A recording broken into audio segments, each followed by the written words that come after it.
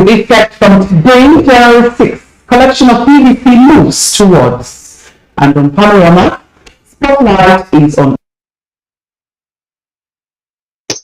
Very good afternoon to you and welcome to NTA Network Center on Panorama. Today, I am Obehi Otubu Aprosai. Please don't forget you can follow this news broadcast live on our website at nta.ng/live and on YouTube at NTA News Online.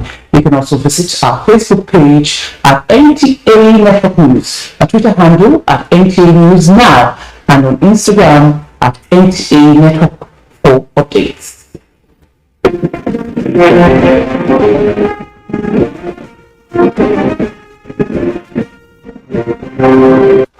Ahead of the February 25th and March 11 general elections, INEC has established a National Situation Room and Collation Center where the results of the presidential election will be collated.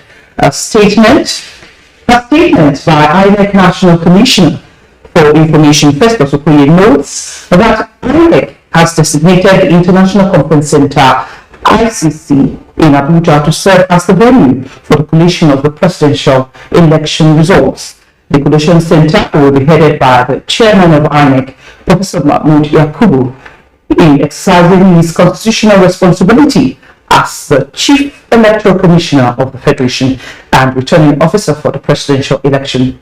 In addition, a few technical staff will assist him.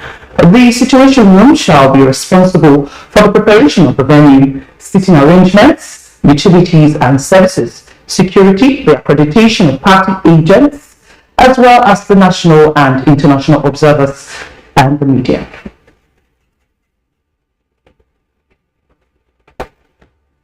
From today, the 6th to 15th January, collection of PVCs will be at the wards. Correspondent Goodluck and I visited some of the collection centers in Edo State. The level of PVC collection. All votes are basically at the various PVC collection points in the metropolis. These were cited as prospective voters destined to secure their PVC. At the time of visits, many personnel were busy attending to subscribers who were patiently waiting to collect their card, while those who have collected theirs displayed it in excitement. It's not here to 10 minutes, they bring it out. So I'm fully ready. So this month I'm fully ready. The operation is fast. I just entered not quite long. They gave my card and I have to have my PVC. I was at the INEC head office in Benin, where I interacted with the resident electoral commissioner. The 6th of January until the 15th of January. For 10 days, people can collect their cards in the wards, no longer in the local government offices of Nigerian. People can go there and collect their cards. It's closer to them for this period. And after then, we'll revert again to the local government offices from the 16th of January until we end it on the 22nd of January. So those who haven't collected their cards, they should please take advantage of this. The PVC is one of the prerequisites without which no one will be allowed to exercise his or her franchise. In Benin, Goodluck Inainu, NT News. The Interagency Consultative Committee on Election Security in Edo State has put in place a joint security and safety team for the peaceful conduct of the general elections. The team include the police, army, DSS, civil defense, and other security agencies. Again, Goodluck and I report that the meeting chaired by Edo State Resident Electoral Commissioner Obo Ifanga to dwell on far-reaching decisions. The 2023 general elections is no doubt getting closer each day, just as political activities within the political terrain are heightened, and INEC in Edo is taking no chance in ensuring a peaceful exercise. This meeting will afford members of the committee avenue to suggest useful contributions on how to make a difference. Edo State Resident Electoral Commissioner Obo Ifanga told the meeting that the commission has made adequate preparations in the areas of staff training and test run of its gadgets ahead of the exercise. INEC Edo State has received its required number of beavers, except 40. There's 40 outstanding. We expect that to come in any moment from now. Before the election, we will actually have mock election, so to speak, using the levers to do some trial for people to see how it works and for us to also see that it works very well. Security is key in the success of the exercise, and for the Edo State Commissioner of Police, Mohammed Dankwara, all hands must be on deck. It makes our work easier when people are law-abiding. And to the politicians, they have to play by the rule of the game. Anybody who wants to drill will not allow that. Although the outcome of the meeting is encouraging, observers say true test of their degree of readiness will be on the day of election itself. In Benin, good luck in NTA News. Election year usually comes with tensions and apprehensions in Nigeria, maybe due to many speculations and prophecies, as well as projections. However, with campaigns and other activities for this year's election in top gear, many Nigerians are expressing optimism that the general elections will be the best election ever to have been conducted in the country. These are people who sought the views of some Benin residents on their expectations from this year's elections. Tell us more. 2023 general elections started ringing bell in the ears of many Nigerians since the year 2020. Preparations for the elections by INEC and political stakeholders also began early enough to guarantee a hitch-free electoral process. Like a dream, the year is here, and the much talked about general elections just around the corner. We should be ready to make a good change, positive change, by the grace of God. Our expectation is very, very sure. Then as regards the election, God is going to take charge. I want the year to turn out to be a better year.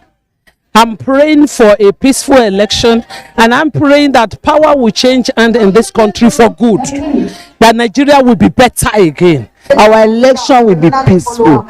And the only people that will mount the seat of authority in this country is the person God has destined to change the fortune of this nation. It is not out of place for people to speculate and make negative projections during elections, but this time around, Nigerians seem to be more positive about the forthcoming general elections.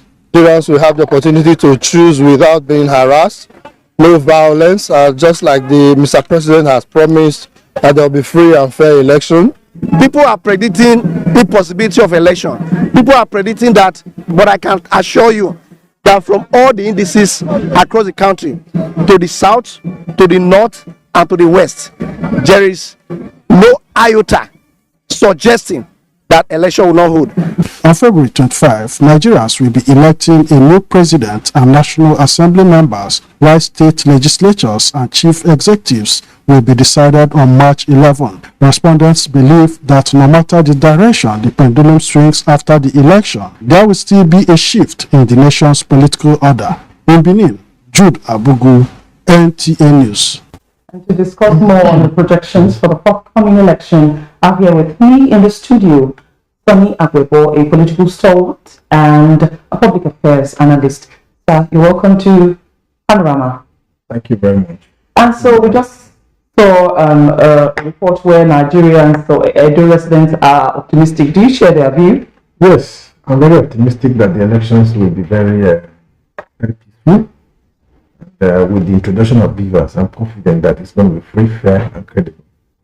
And so the campaigns are running now at a high pitch. Are you satisfied that the ethics are being met with the campaigns? Yes, so far so good. The different political parties are out there telling the electorate what they want to do or what they intend to do with return to power. I would say clearly that in Edo State there have been no incident of violence. So political parties are attacking each other.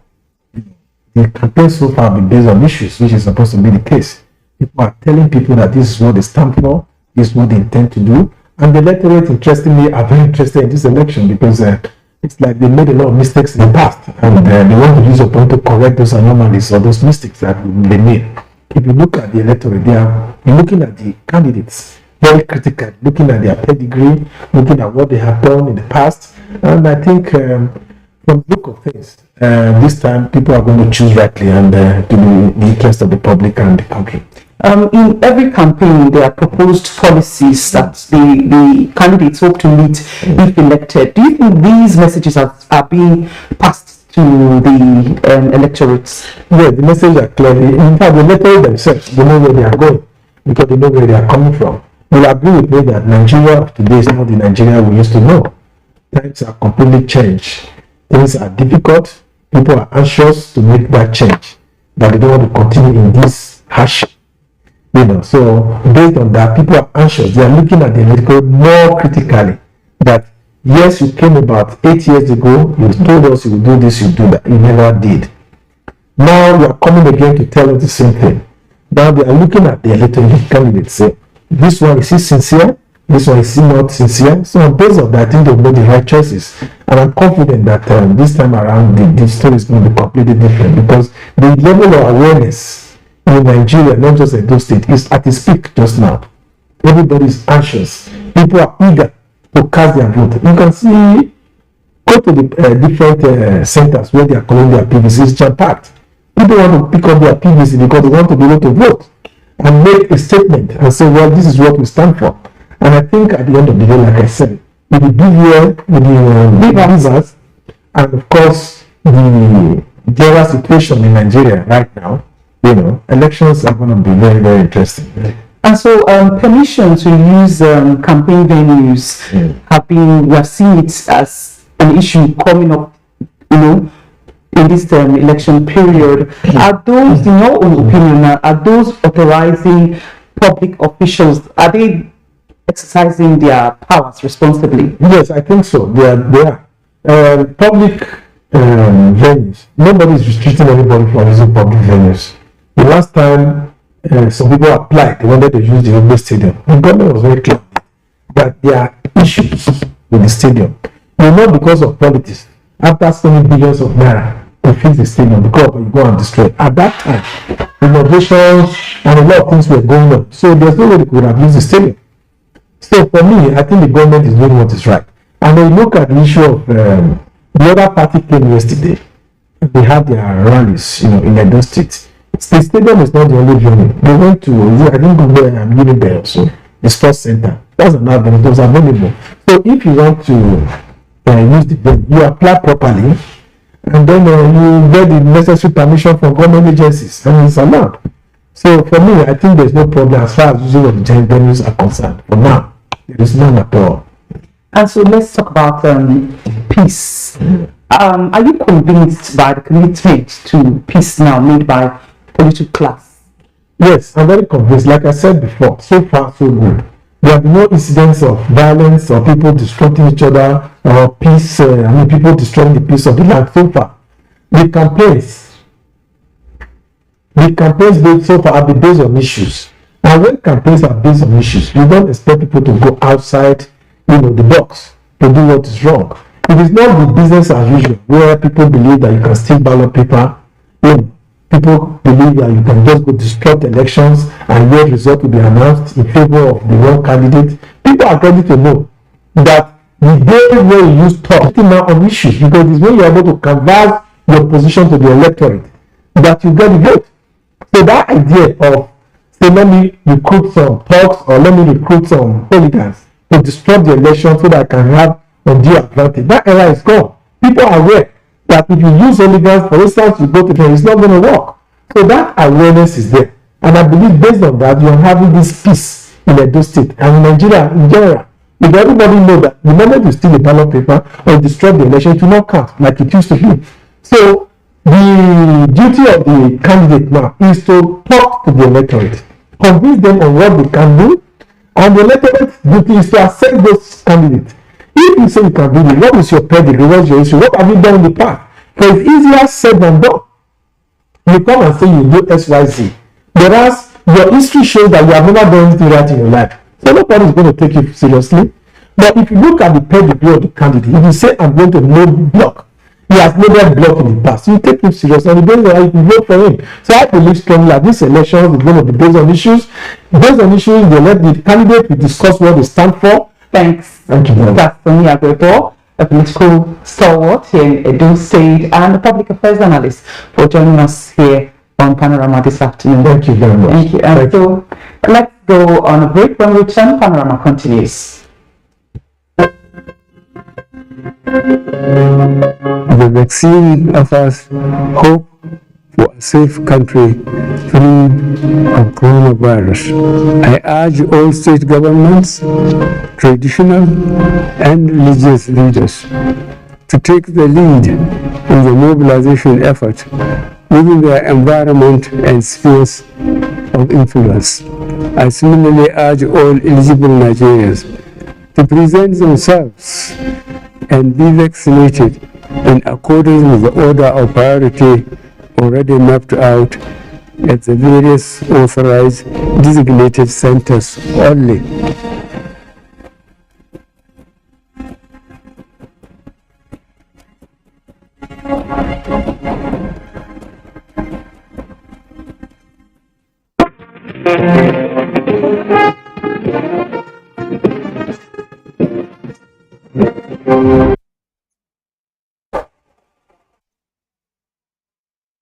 The federal government's End Hunger Initiative requires policies that raise the bar in the yearly performance of the agricultural sector.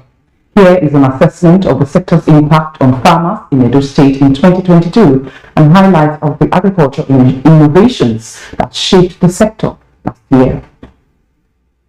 In 2022, the budget allocation for agriculture sector was 198.1 billion naira. Despite the downward review attributed to the economic downturn, the Federal Ministry of Agriculture and Rural Development, in collaboration with the State Ministry of Agriculture and Poverty Alleviation, as well as other agriculture agencies, have been able to carry out hundreds of projects to support smallholders farmers, especially women and youths. The ministry distributed small-scale processing equipment, cassava, oil farm, cashew crackers to farmers in the states.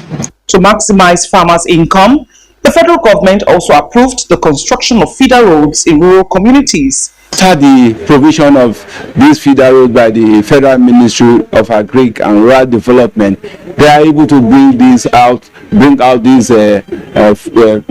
farm produce, to nearby market. Trainings on new agricultural value chains like cucumber and carrots is another innovation introduced to farmers in the state in 2022. We're not having training on other crops that we thought would not do well in Edo before. Discover that Edo is a blessed state and all these crops can grow here. For the first time, farmers have also been given the opportunity to give their assessment of government's performance in the year under review. Enjoyed quite some interventions from the states, like the roads. We have solar lights everywhere that has enhanced our productivity. The Federal Ministry of Agriculture and Rural Development have done very well for Edo people. There are agitations from key players on the need for increased commitment in the sector in the new year. In Benin, Obahio Tubaprasai, NTA News.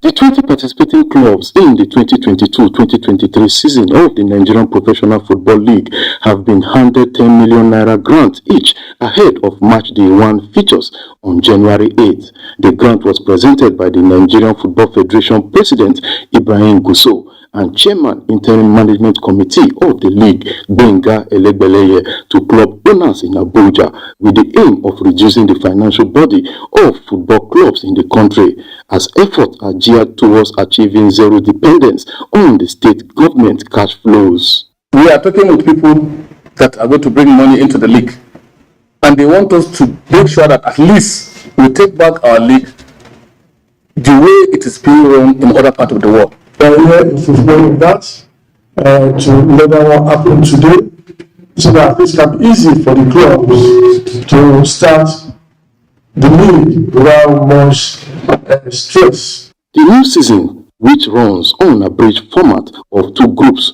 of 10 teams each, ends in July. In view of having the smooth running matches of the 2022-2023 Nigerian Professional Football League scheduled to commence Sunday 8th, the Nigerian Football Federation (NFF) has inaugurated the referees appointment and match commissioners committee in Abuja. Inaugurating the committees, NFF President Ibrahim Gusso urged the members to ensure they delivered in their mandates. The committees, which is headed by Faith Irabo for the referees appointment and Babangana Kali for the match commissioner, have a tenure of 2 years to serve.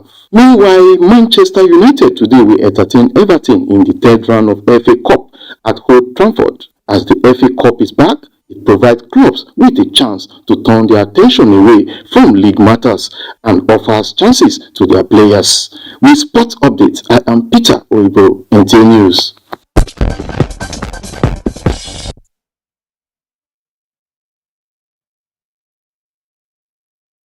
That's how it has been on Panorama that reached you from the NTA Network Center. But before we go, please remember that drug abuse is a societal ill that must be stamped out from our society.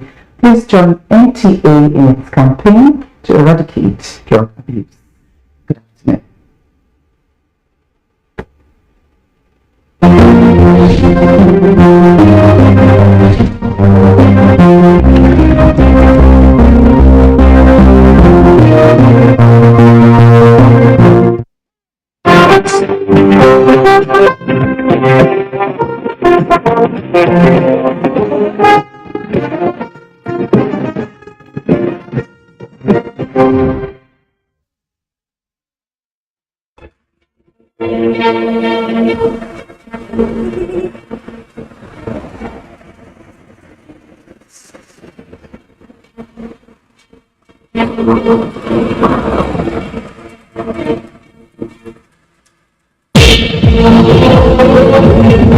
Wouldn't like to drive in the rain.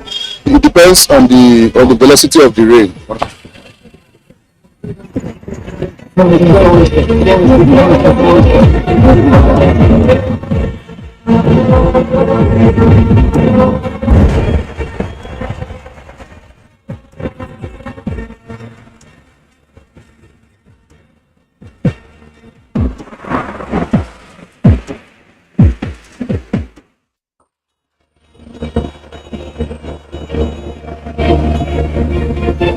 Lives are in your hands while you drive.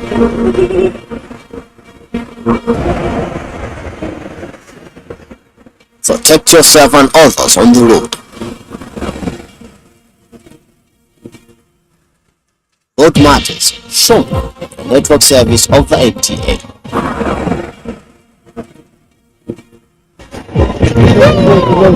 Join us.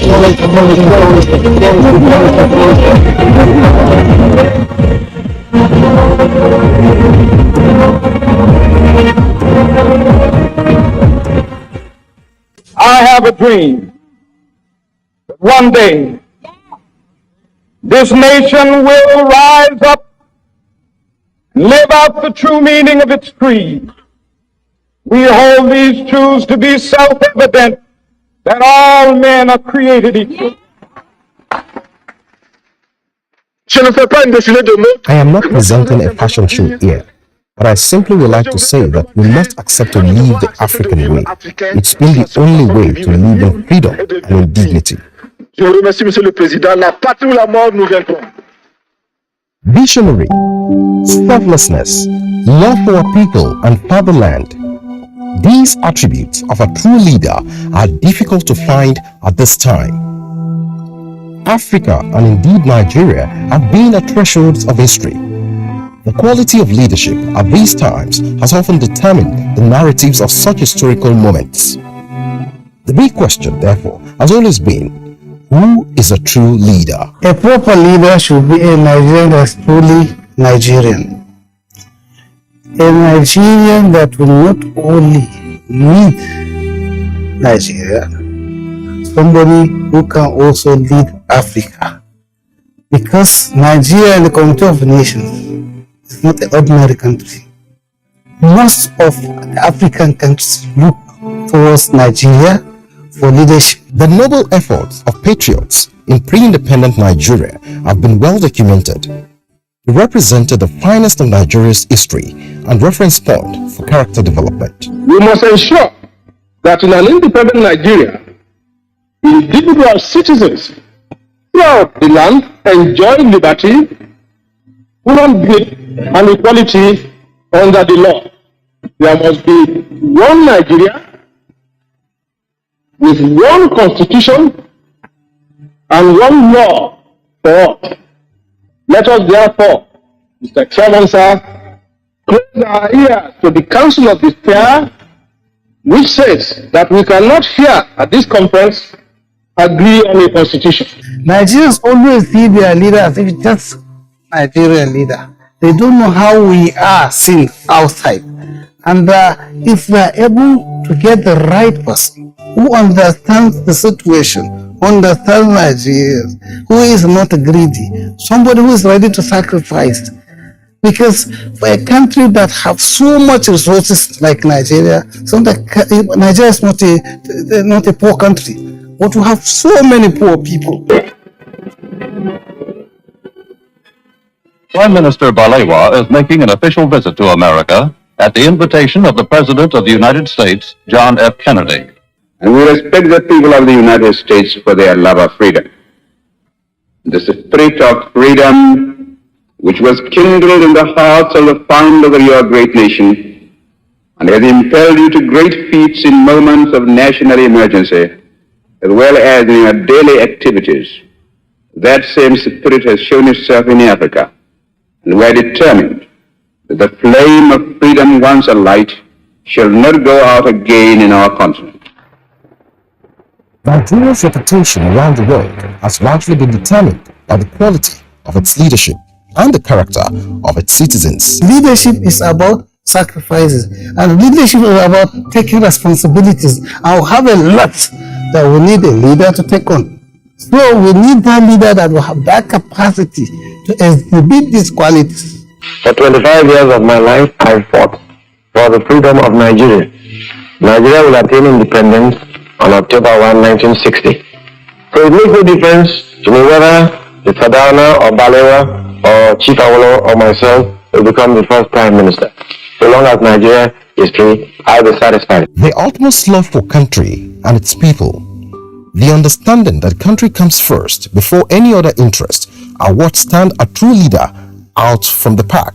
A leader you can trust, a leader that will be able to provide all those dividends that Nigerians are looking forward to.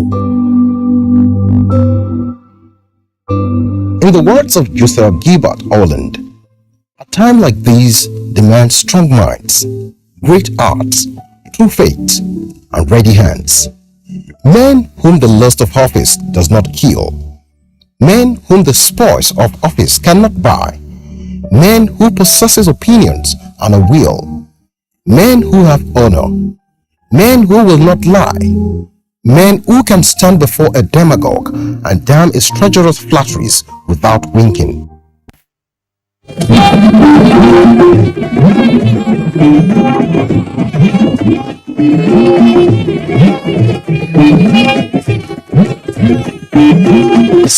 This is the network service of the NTA.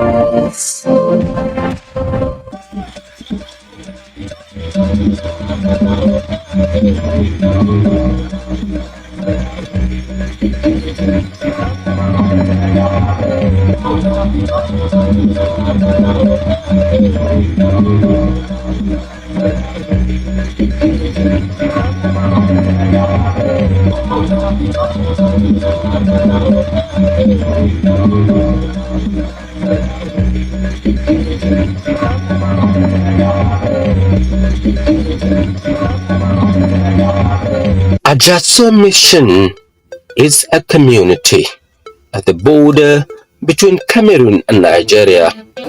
Many things take your attention here. It's the plantain being displayed for sale here or the cocoa on these bags waiting for merchants to come and buy. This is Ejaso Mission community. It's a community that is the last community before you enter the border of Cameroon. This is the first entrance to the major city. It's about 2 kilometers away from here. A lot of activities happening here. And if you pass this place, your first point is going to be the border of Nigeria to Cameroon, and from there a lot of stories happen here. Have told me some stories about what happens here.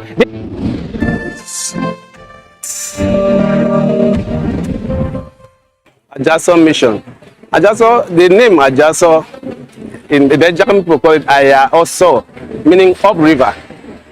You understand? So, but when the white man came, they changed it from Ayaso to Ajaso for simplicity, so that you'll be able to pronounce it the way you want.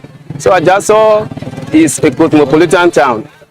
It's a community. Ajaso Mission, this is the junction that you transit to Ajaso. Ajaso itself is inside the village. It's about 2 kilometers from here where we are. So it's for me, it's an agrarian community. It's a frontier to the Cameroons, and so we are the border community. We are in the borders. Yeah, we call it mission. This place is originated from our parents. Normally, it was like a plantation, because our real community is inside, which is Ajaso, and we call it Ajaso Mission. So here, it's like our plantation, but because of the development, the people have become like a town, a busy area. But our main community, where we have our rural area like chief and the rest, you president, they are in community. They are inside the community, which is the real Ajaso village, where we close the riverine area, because we are our border here is a river border. So here the place we call it Ajaso Mission. So before you come here, you have a good mission while you are coming here. From the issue that was some of our parents gave us, that why they call the place mission. Normally was supposed to name the language of our own personal language, but they gave him mission for the understanding of everybody, because mostly strangers that live here. It's just now because of the development and the road that we see with the community boys are coming outside because of the road. So we are living inside to come and live here because of the development. So here we call it mission. In between Ajakam and Ekok, in Cameroon, a river tears the communities apart, but not the locals. Our relationship with Cameroon border, we intermarry. Like some of like for me, I have cousins there. I even have half brother who are from one father, one mother. And some of them, blood brother who are from one mother, different father. Because our relationship there, we have close relationship with them because we speak the same language too. Ejakam as the whole, which is Ejakam Cameroon, Ejakam Nigeria. And Ejakam Nigeria here, we are the people who are speaking Ejakam and the same language with Cameroon. So that relationship we have with them, we can marry and other businesses that we do.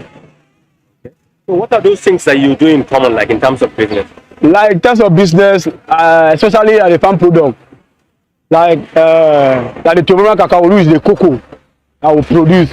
Because as I earlier said, that here we are the highest cocoa producer in Cross River. Normally, in Ejakam as a whole, they also have cocoa.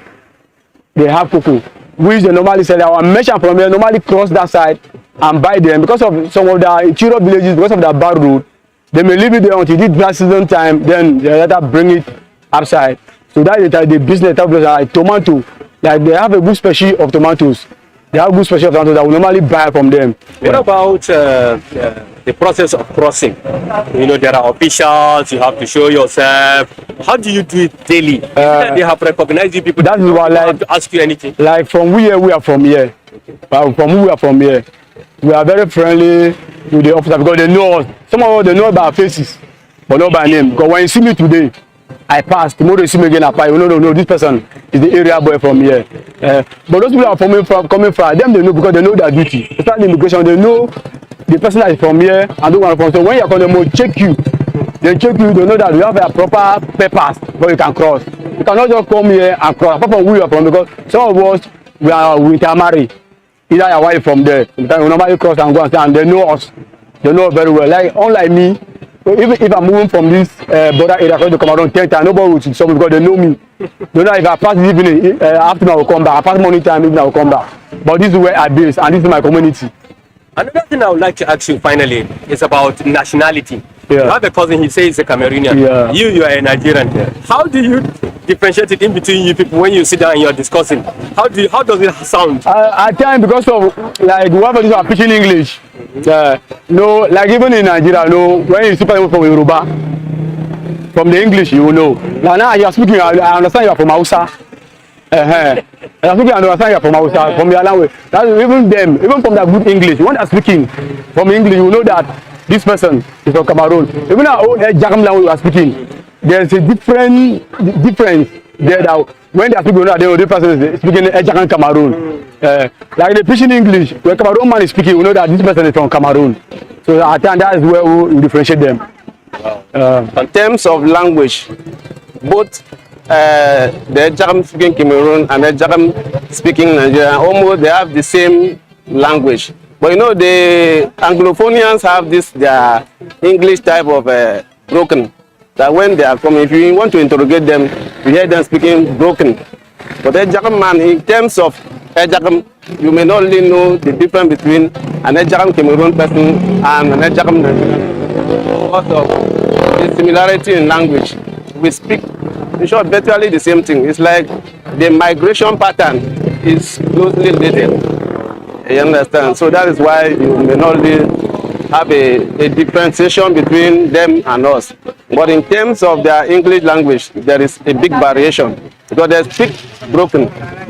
The Anglophone people speak broken, while the Francophone speak French. What about the chieftaincy title?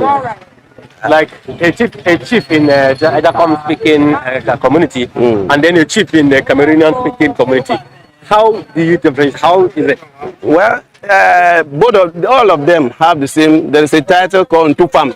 Okay. Ntufam means a chief. Okay. You understand? And both the Cameroonians and Nigerians bear this Ntufam title. Okay. And so when you go there, they tell you Ntufam this.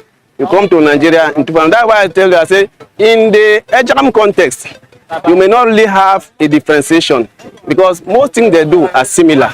But when it comes to English, that's where the Cameroon man, the Jagam Cameroon man now will be different from the Nigerian person, the Jagam Nigerian person. So that is the situation we find ourselves in. Why? We'll do that. We do that. We are like, since we understand ourselves, we marry, and that's why you can see us moving to Cameroon, Ekok, Imojok, and here without hindrances. Because we believe that we are one person. So this is the last village? This is the last village to Cameroon. Yes. So if I cross over to Cameroon, which village am I meeting? First, you are meeting Ekok community, which is the first village in Cameroon.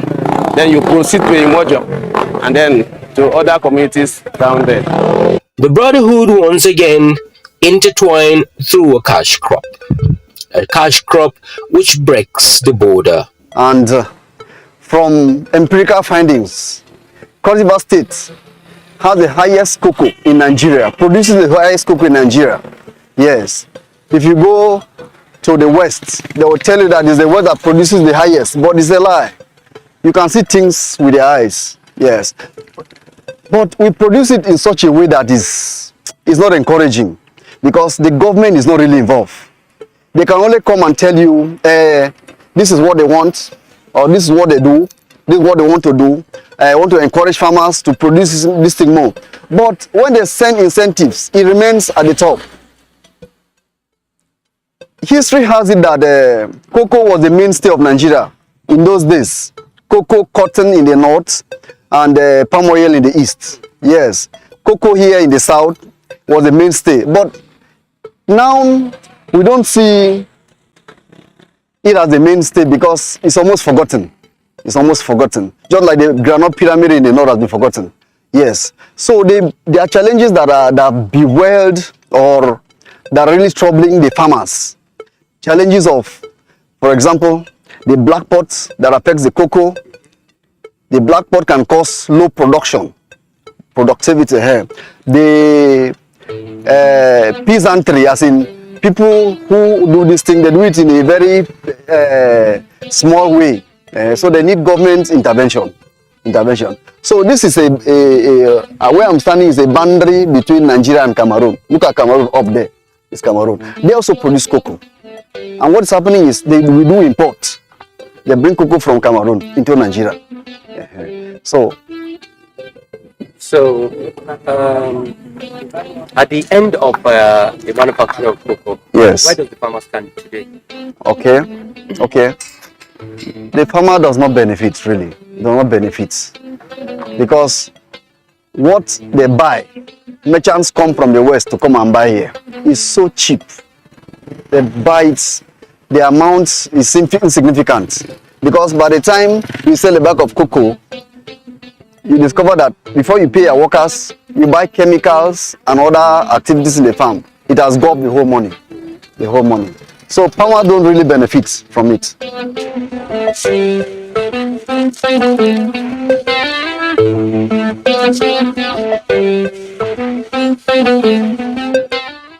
When properly dried, the cocoa seed is expected to fill into a bag like this, which is supposed to weigh about 60 kilograms for export. But here I've spoken to one of the merchants here. He says if the Calabar port were functional, it would have been easy for them to export this kind of bag to manufacturers who hitherto have to come all the way from Lagos to buy these bags from merchants like him. Because this is cocoa, we are supposed to have at least an industry in Cross River State. If you go to the west, there's a crusher. They have crusher. For example, these seats, the bean seats in the west, they have a machine that can crush it into sacks, into other proofs, before they export it. But here we don't have such. So if the government can really assist by opening a factory here, and that factory to not only that the factory will crush cocoa, but it's going to create employment for the teeming youths. Add value into the country. Yes. So that is much I can say about cocoa. What about the process of packaging? Because I see the way you are packaging your online. Okay. Does it help in selling the product in the market? What you do is, at the final stage of it, you filter it. This is it's supposed to be a 65 kg. That's what they export. Okay. 65 kg. But it's above 65 kg. When it's well dried, you filter it with that filter. When you fill it to the seaports or to the airports. Spreading cocoa under the sun here is a generational activity that has taken place here for hundreds of years. For someone like Armstrong, he has found his great-grandparents doing this same activity in this particular community, and they store this cocoa in storages like this one, waiting for merchants to come and buy from them. Merchants that take these products across the border for people in Cameroon to buy and proceed to other European countries for it to be processed and become the chocolate they eat every day in the stores at the corner of your community. We are farmers. We are farmers. My father was a farmer, so was my great-grandfather. He was a farmer. This is what we do. Okay. So when you buy, what happens? When we buy, after processing it, because we check the moisture, if it's dry, if it's good, check the quantity, the quality and all that before selling it out. It is from shops and units like this one that seeds of cocoa come out of big bags like this ones where merchants will buy. They will buy and also take it to other merchants that will take it to big markets where it is also sold for manufacturers. But unfortunately, people who sell this cocoa from community chocolate for who factored here, then it will be beneficial for them. The person that is drying cocoa, if we start from the scratch, from the cocoa value chain, is a farmer that goes to farm, brings from the farm to the fermentation point and put it on drying. And after drying, there's what we use to now ascertain whether it's better dried or not, which is called aqua boy, which is tested to dry point, which will be exported. From the farmer, it goes to the factor. The factor will now take to an LBA like this. Why? Because we don't have the processing plants within this vicinity that will give us what cocoa, like chocolate and other products that can be consumed by the citizenry of this environment. For now, we are lacking at that capacity, that even the cocoa market is not as it is supposed to be. It is reduced. If we go back now to check the world market, what we are selling is not what the world market is saying, because it's not being crushed here. Because if we have a processing plant, this cocoa, after all, it will be crushed here powder, which it will give us the value of what farmers need. So for now, farmers does not benefit. Farmers have lesser than 50%, but the exporters have more than 60% of the profit of the benefits.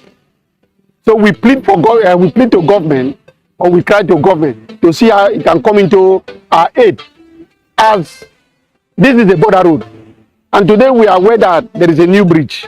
We are aware that there is a joint baggage, which at the end of the day, import and export will flow. But if all these things are, and where we are, this portion of this area is Cross River State, a Tung local government benefit what they have. So that is where a farmer will really know what he's doing with cocoa product. Not only to do it and get the piecemeal. And if those things are also established, there will be less unemployment. Our youth or old aged people who does not go to farm again can be employed to do one or two things in the factory with experience. Cross River State remains a major producer of cocoa, and citizens here have huge alignment to the produce. We start spraying cocoa from April, May, when there is so much rain. In a year that the rain will come, we started spraying from April, May. This year we spray cocoa, we sprayed and sprayed that we cannot even have the cocoa goes spoiled. The people say that it's because of perform. We have no crop this year. And naturally, before the Cameroonians exported their cocoa to Nigeria to sell. When the currency goes high, that is how the price of cocoa goes high. Like this year that we don't have cocoa is even going higher and higher. We cannot even afford the money, and there is no cocoa in the bush because of this lot of rains. We don't have cocoa. Now the Cameroonians are bringing their cocoa to Nigeria to buy. Why before we have a lot of cocoa here in Nigeria, but this year we don't have because of lot of rains. Everything, rain has spoiled everything that we have, and we are suffering. So how do you think that will be solved? The government will come to our aid. Some of us depend on this cocoa, and then when there is no cocoa, there is no any other business to afford or to live, to have our livings. But now, let me ask you, you do this thing every day. Do you know where this thing ends to? Where it ends, the end product? We don't know the end product. We do our production here, sell here to the LBA, they take it to Lagos. From Lagos, we don't even know where it goes again. It's only the country that knows where this cocoa goes. Because we product here, we plant it, we nurse it here and plant it. That is why the Cocoa Research Institute of Nigeria bring it to Cross River. If you go to our cocoa, there are a lot of nurseries there which have not been planted. Each cash crops price variance determines the choice of the 5 Ws. When you can have gain, that was when the exchange rate was low. Like now, their own is higher than ours. So if you go there to buy, the price will be lesser, no doubt. But you getting it from Cameroon, transporting it from here, from there to here. Yes, like you have to pay a lot. Like see all this checkpoint and all that, you have to like settle them before the goods will get here. So if you check the price you're going to use for settlement and all that, it's gonna be high. You can spend about 500,000 or thereabout just to get it from Cameroon to here. Like how much is per bag? Yeah, per bag. You can get per bag there. You can get per bag for, let me say, now a kg is 1,300. A kg? Yes, a kg is 1,300. So if you go to buy, it depends on the quantity that you're buying. Yeah, if it's much, the price can be higher. If it's less. So that's what they do. Packaging also determined the asking price, but a functional port could have come handy. Proximity, there's nearness. Yes, that's a seaport. But that seaport has been abandoned for a very long time now. It's not working. You see that they carry this cocoa straight to Lagos. That's why they import it, they export it. So this one is not functional. So if this place can be functional, it's better for us. And you see that even the price of it can increase.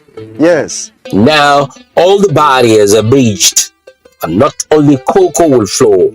And so when the road is, we have good roads, everything, movement and everything is easier.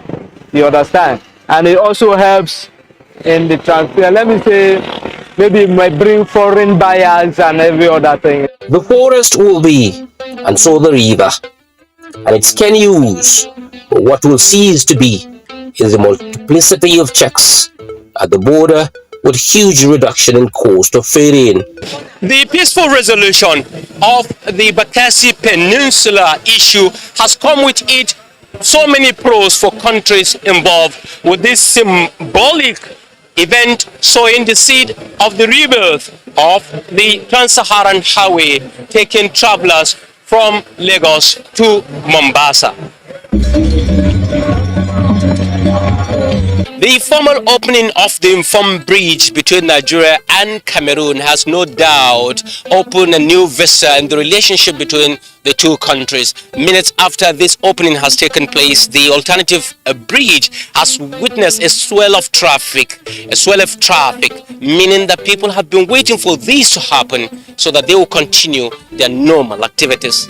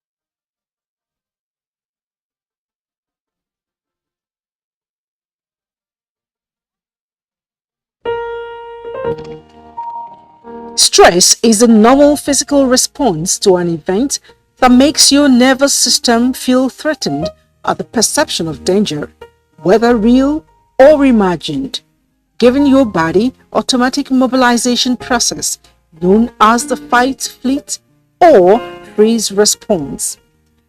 This automobilization response, or stress, is designed to protect your body.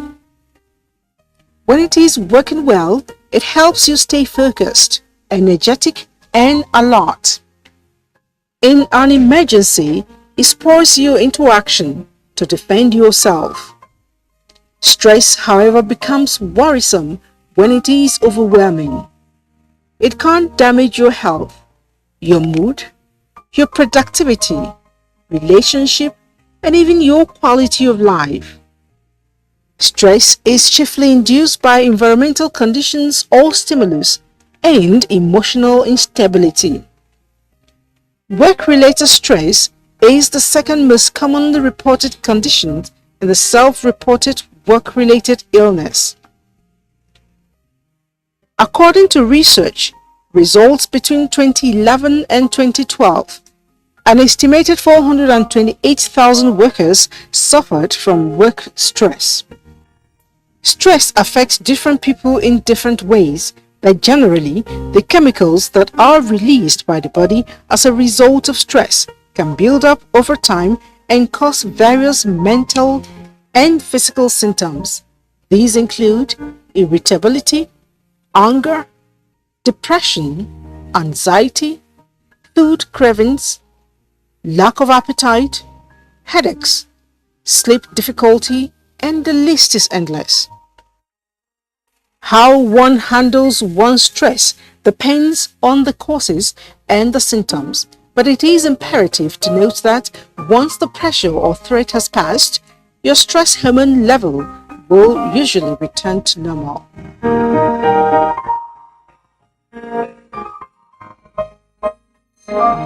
We all have stories to tell. One boy kicked me to open fire on me, so I said, okay, you can cut the right hand.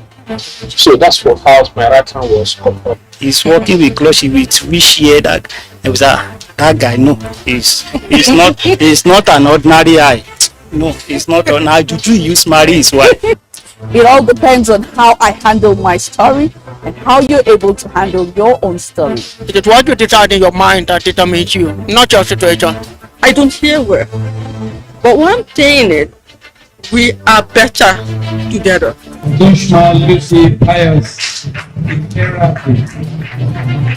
Welcome to Against All Odds on the Nigerian Television Authority, a program that brings to your doorstep the lives of persons with disability.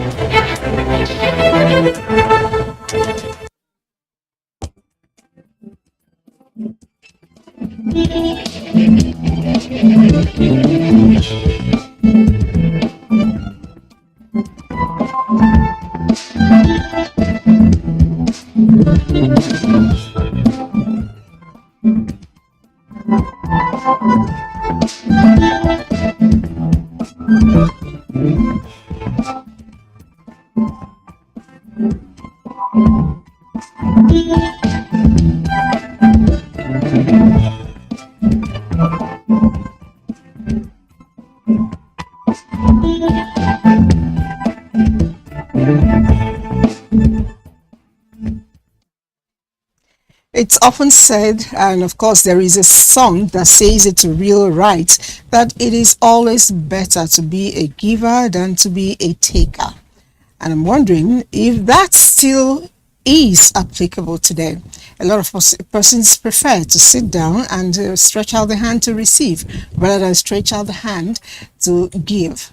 And I'm wondering, is there a special joy in giving? Is there a special joy in receiving? Those are our thoughts for today. Why do people refuse to be a giver? Why are people just sitting down and desiring to be takers? Are there joy, special ones in giving?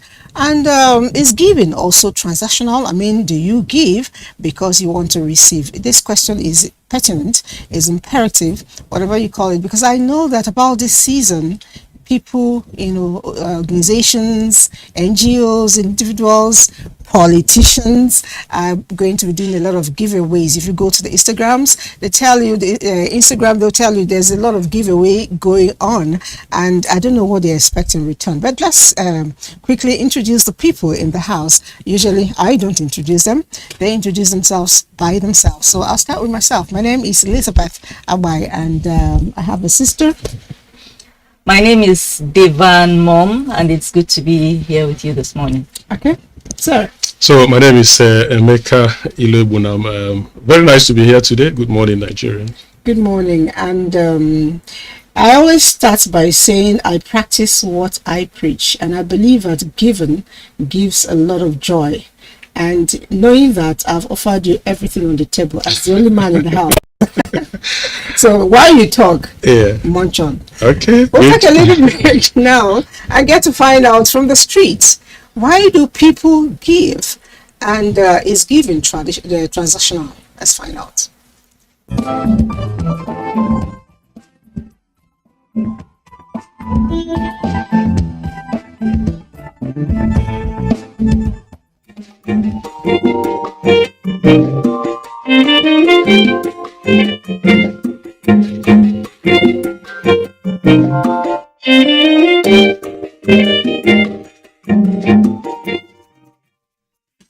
It's something within me I see as a natural thing to do. I feel a sense of contentment when I give. And giving is something that is born out of your personal conviction or maybe how you are brought up. Now, I have this notion, which I know, even generally people might understand it, that givers never lack. Giving is part of me, and I love to give. So anytime I give, I feel very good. The poor have something. It's not that they are poor completely in every ramification. There is something they have. So that thing that you know that somebody doesn't have, give it to him. For example, I know now you are very rich. There's something you don't have. Maybe you don't have word of God. By the time I give it to you, that is something I've given to you. You understand? And I'll be happy giving it to you. Everybody should lend a helping hand.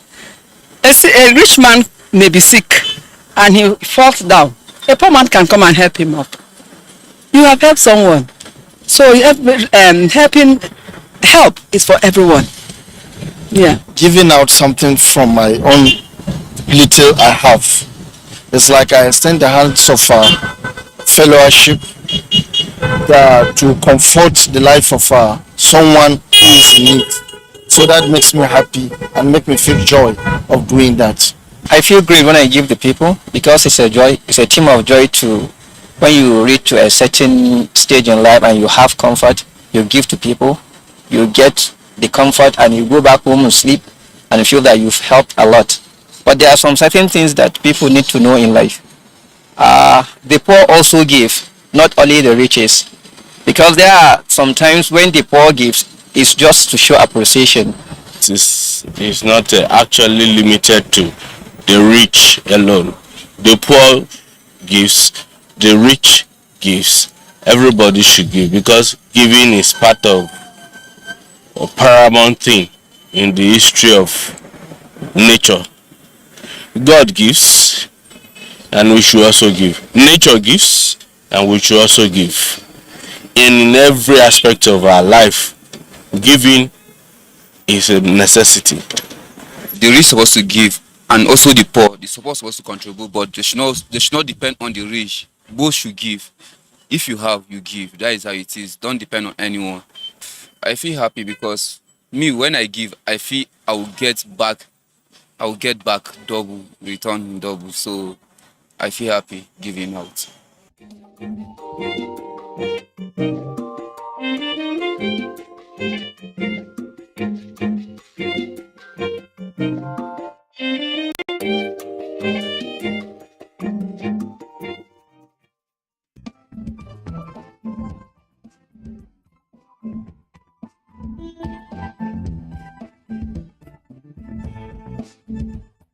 All right, from what I saw, you saw, we saw, all of us, I took something away that everybody has capacity to give. Everybody has something to give, and that giving gives joy. I'll tell a story I experienced some time ago. I went to visit a man, a big man. In Nigeria, when we say big man, is not by your size. More like size of the shoulders, right? It's by the size of your pocket too. Exactly. So I went to visit this man, and I was like, I grew up in a culture where you don't go to anybody's house, empty-handed, which is why you actually have this. You're coming to my house, so I replicate my training. So I was like, what do I give to this person? He has money now. He's a big man, stuff like that. Just in front of NTA here, I saw somebody selling banana and granules kind of bag, So I went to the place. I sat down on the couch, I sat down. When I went there, I perceived aroma of very nice made meal. obviously coming in from his kitchen, and I was a bit like, oh, this person is going to eat this fine thing, and at the end of it, I'm giving him this tiny thing. I felt embarrassed, so I refused to bring it out. And then I closed my bag like this because I felt I didn't even want anybody to see what I carried. I felt it was too tiny. So he now said, "Madam, why are you hugging your bag?" I said, "Nothing, no." And I had banana and granite. He said, "Ah, you bought for yours." I said, "No, actually I brought it for you, but I didn't know how to present it." He said, "You brought something for me, you didn't know how to present it, bring it out." I brought it out. I took a bit of it. He said, "Did you say you brought it for me or for yourself?" For us. I said, "It's for you." He said, "Don't touch it again." He took the granite, which is this granite that is here. So the man knows how to do a good job, you know. So he quickly, when he took a bit of it, he enjoyed it. He continued eating. From the time we started this program till now, he had finished almost, 4 fingers of banana. And I tried to stretch out to take a bit of the granite too. The man said, "If you put your hand here, you're gonna beat it. It's not your own, it's my own." And I asked, I said, you're eating like you haven't eaten all day. He said, "Exactly." This was like 4 p.m. He said, "Exactly." He hadn't eaten because the people around here really don't care whether he eats or not. So I felt, joy. Yeah. I felt happiness, I didn't know how to really express it, but I'm sure I was dancing in my mind because here is someone you think he had everything, but at that moment he didn't have food to eat. And I presented that food and he hasn't forgotten it. He keeps telling that story every once in a while. So I don't know, we all sit back and feel we can't give because we don't have. But let me go, you're still a politician. Well, you see, the thing is this: it's not so much about, as you're telling your story, I was really hoping that we have some big men out there watching that are starting to realize why they hardly ever get any gift in kind. We think mostly Nigerians now, we're always thinking in cash. Now, when you're in the presence of a really wealthy person, you cannot for the life of you fathom what you bring in that will make the person remember that you came with. So, after you've stayed and racked, especially if you're trying to seek a favor. And when you're trying to seek a favor, you bring something small, that kind of thing. Especially when you're trying to seek a favor, you begin to ask yourself, okay, this person, based on this person's religion, they probably won't take alcohol. So if I go and buy a very expensive champagne that's 50k, it won't mean anything to him. He doesn't drink. Okay, what will I buy? Whatever you can buy, this person can buy. He can buy up the factory. Then you're like, let me just go with my 10 fingers. And then you show up, and on some level, the person is like, this person came to ask for this huge favor and they just strolled into my office with their 10 fingers. They couldn't even come with a card. Also, that's because you, the poor person, you've already judged yourself and you've concluded that there's nothing you will bring that will make an impact that will show the person anything. So you decide to just take your chances and just turn up with your 10 fingers like that so that you don't get yabbed after you have left the place. So I think that's where it comes from, when it looks as if the poor don't give to the wealthy. 9 out of 10 times you can't think of what to give, especially if it's somebody you are not close to. I think we should really follow our minds, and not try to over-impress. Last year, I went to visit a lady. She's a bit elderly, a friend of mine, and there was this noise at the backyard. There was noise of a cow, and she was not happy with it. She said, "Why do these people give me this cow? I have blood pressure, I have this, I have that, I can't eat red meat. And then they give me the extra problem of looking for who to slaughter it, how to share it, and how to do this. I don't want these things anymore." Tell them, whoever that brought that thing should take it away. A cow is supposedly a very big stuff to give to, again, big man. No.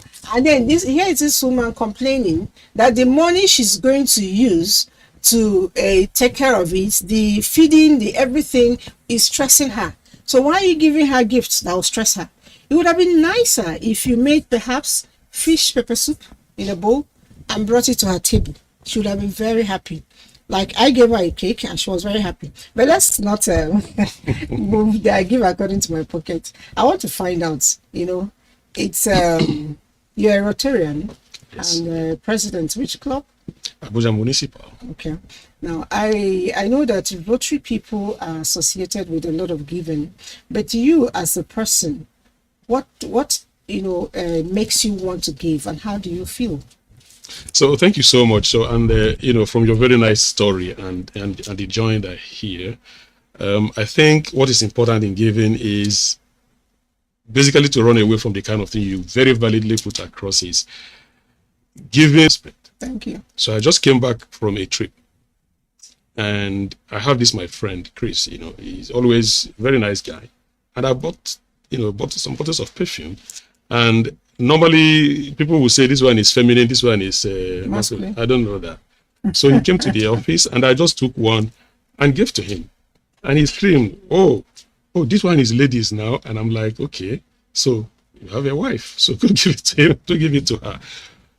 Few hours later, I got this call from a lady who is his wife with this prayer that, is carrying me up to today. So what am I trying to say here? Just give what you have. Just condition your mind that you're giving out. Whatever impression it creates there, whatever impact it creates is in your mind. So when we therefore try to condition ourselves to make sure we give right, that's when we start having a problem. So complex comes in, right? So yes, for Rotary, Rotary is synonymous with giving back to the society, serving society, humanitarian service, sacrificial service. That's what we do. So for us, giving is an everyday thing. That's what we do. Anytime you see any Rotarian, all we're thinking about is, where do we make impact? Where do we give? Where people don't normally see. And some of the places, if you go there, and then you drive out on the main roads in Abuja, you won't ever think that such places exist. But those exist. And the most important thing, therefore, is that what I say all the time, remember that giving is for one purpose, is to create impact. But there's something you get back. It's called goodwill.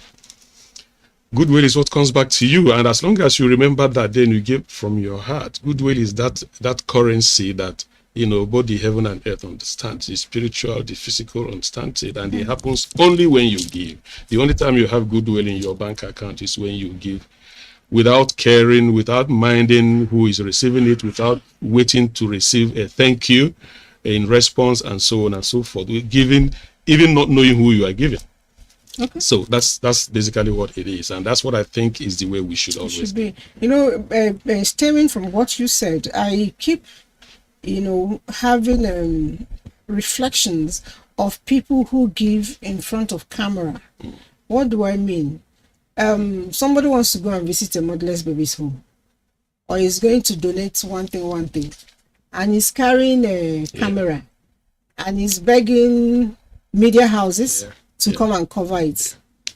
Is that how giving should be done? That's transactional giving. The person is giving to advertise him or herself. And the truth is this. My father told me something.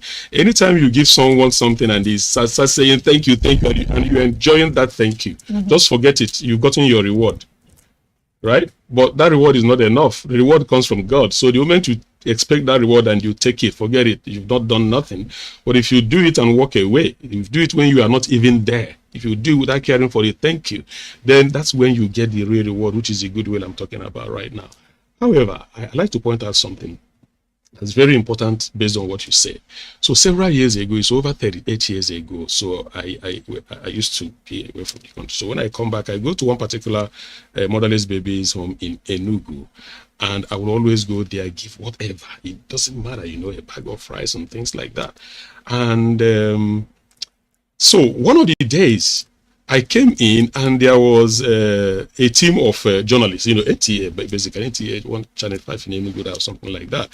And the Reverend Sister who runs the place came to me and said, please, I need you to speak to the press. I'm like, what? Because for me, I think basically that must be the first day I actually spoke in front of a camera. And I said, no, that's not what I'm here. I protested so furiously. But she looked at me and said, do you know why I want you to do this? I said, no. You just brought us a bag of rice. There are a lot of people who have half, 1, 2, 3, 4 bags of rice in their houses, but they are thinking it's small to bring for us. If they see that you brought a bag of rice, it might ginger them to say, wow, oh, if someone can be thanked, for bringing a bag of rice, I have 2, let me go and give. So again, it's about the intention, all right? So going and sometimes you go to give something worth 10,000 naira, but you carry a band of, you pay 50,000 naira to carry a band of journalists and so on and so forth. It doesn't make sense. So sometimes it's important to publicize it, but not for self-glorification. It's to be able to trigger other people to give and create more impact. All right. In fact, I agree with him. I don't know if this is a Christian or a Catholic tenet, but in Catholicism, you are encouraged that when you give, your left hand should not know what your right hand is doing. That's how private you're expected to keep it. But you see, there was a day I was watching the Oprah show. And she's famous for being a philanthropist and everything. But on that particular edition of the show, she decided to surprise her guests by giving everybody that turned up a car. Brand new car. How come you didn't ask me to attend? I should have been there. Of course, this was like some 15 years ago or so. Oh, dear. But it stuck in everybody's mind because, yeah, Oprah is wealthy. I think, as at the time, she was the wealthiest black woman on earth, I think. But there were people who were wealthier than her. Yeah. They were running charities and things like that. But they had not, a charity is a very impersonal way of giving. Correct. It has institutions, it's a very removed, but this was like a very direct personal contact style of giving. They have these live shows where people are sitting in the audience, and there were people that came as a couple, some came as brother and sister, some were entire families, and she was just like, okay, there's a bag beside you. If you pick it up and open, you'll see this, that. And everybody opened and brought out. A car key. It was a brand new car. Wow. And when I watched that, instead of feeling like this man, wow, she's here trying to prove that she knows how to give. Now, I didn't feel that way. I was like, may God bless me to be able to do this one day. Exactly, yeah. It doesn't have to be in front of a camera, but it made me feel like this is something that one can do. Those people that she gave those brand new cars to, so I'm quite sure a number of them probably have their own cars, but there could be somebody in that crowd who doesn't have and had no hope of having a car in the next 2 or 3 years, and things like that. And so when you give openly, if your intentions are right, if the idea is not to come back and put a squeeze on those people, I gave you people car, you did not do this for me. If that's not the plan, what you are doing is planting a seed in another person's mind to emulate what you have done. Exactly. And that way good deeds are paid forward. I'm sure there's so many other philanthropic gestures the woman has done behind camera, clearly, but this one was on camera, and that was what it evoked in me. So I think somebody is actually supporting what you said. He said for those who use the camera in some cases, that's he thinks that they are sending a message to those who do not know how to give. Okay. Okay, he says his name is Chris Rich. Yeah. And I would want to still dwell a little bit more on the transactional giving and taking. Yeah, I brought in taking for a purpose. Not too long ago, I was in the pulpit, and the preacher man was talking about end of the year and things that happen, and then he was warning young girls as you go out there, when uncles give you gifts, mind the kind of gift you give. And uncles that travel from Abuja to the hinterland to wherever, when you give gifts that that are real. When you go to buy undergarments for a young lady, what is your intention? Yeah. because when you buy a gift, you want to see if it fits. So why do you want to go and buy undergarments for a lady when you know that that's not your girlfriend? So he was talking about things like that. Don't give a gift that will trap in young people so that you can seduce them or use them for thuggery and all of that. So I don't know. Some of us really do know that those things are not right, and we still collect them. You know, what's your take on it? Let me start with you. So this is very classical, right? So we had a project, a humanitarian service project at JSS Jurumi. I think it's about empowering young girls. So it's a JSS. So in Form 3, they all leave, right? So what we normally do is before they leave, yearly, we go there and teach them skills. Basic skills, you know, what do you call it? Pastries, detergent making, and so on and so forth. And when we are done with that, we try to empower them, you know, with the items to continue, you know, while they are waiting for probably to go to the next level of schooling. But you see, and I made it very clear why we do this.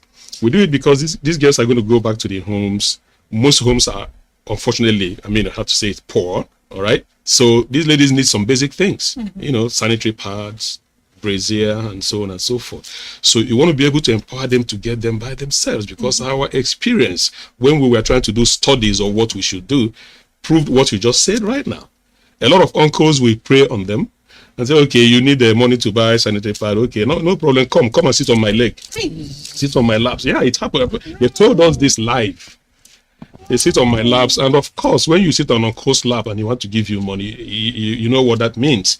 And like you rightly said, go and buy yourself an underpants. Okay, wear it and let me see if it fits. We all know that it's just preying on people. So transactional giving is not the giving that is preached by all the scriptures I have read, or every religion, you know, abhors transactional giving, because that's what it is, transactional. You're expecting something. So in the realm of giving, it is not giving. But the politicians actually do that a lot. I know next year we'll be going to the polls to you know, throw in our votes. And the Ember months are here. People are going to be having village meetings, gatherings, and all of that. There'll be donations, bags of rice.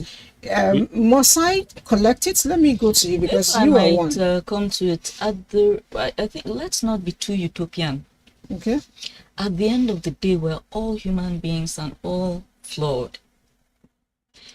The concept of altruistic giving is almost non-existent. Let me explain.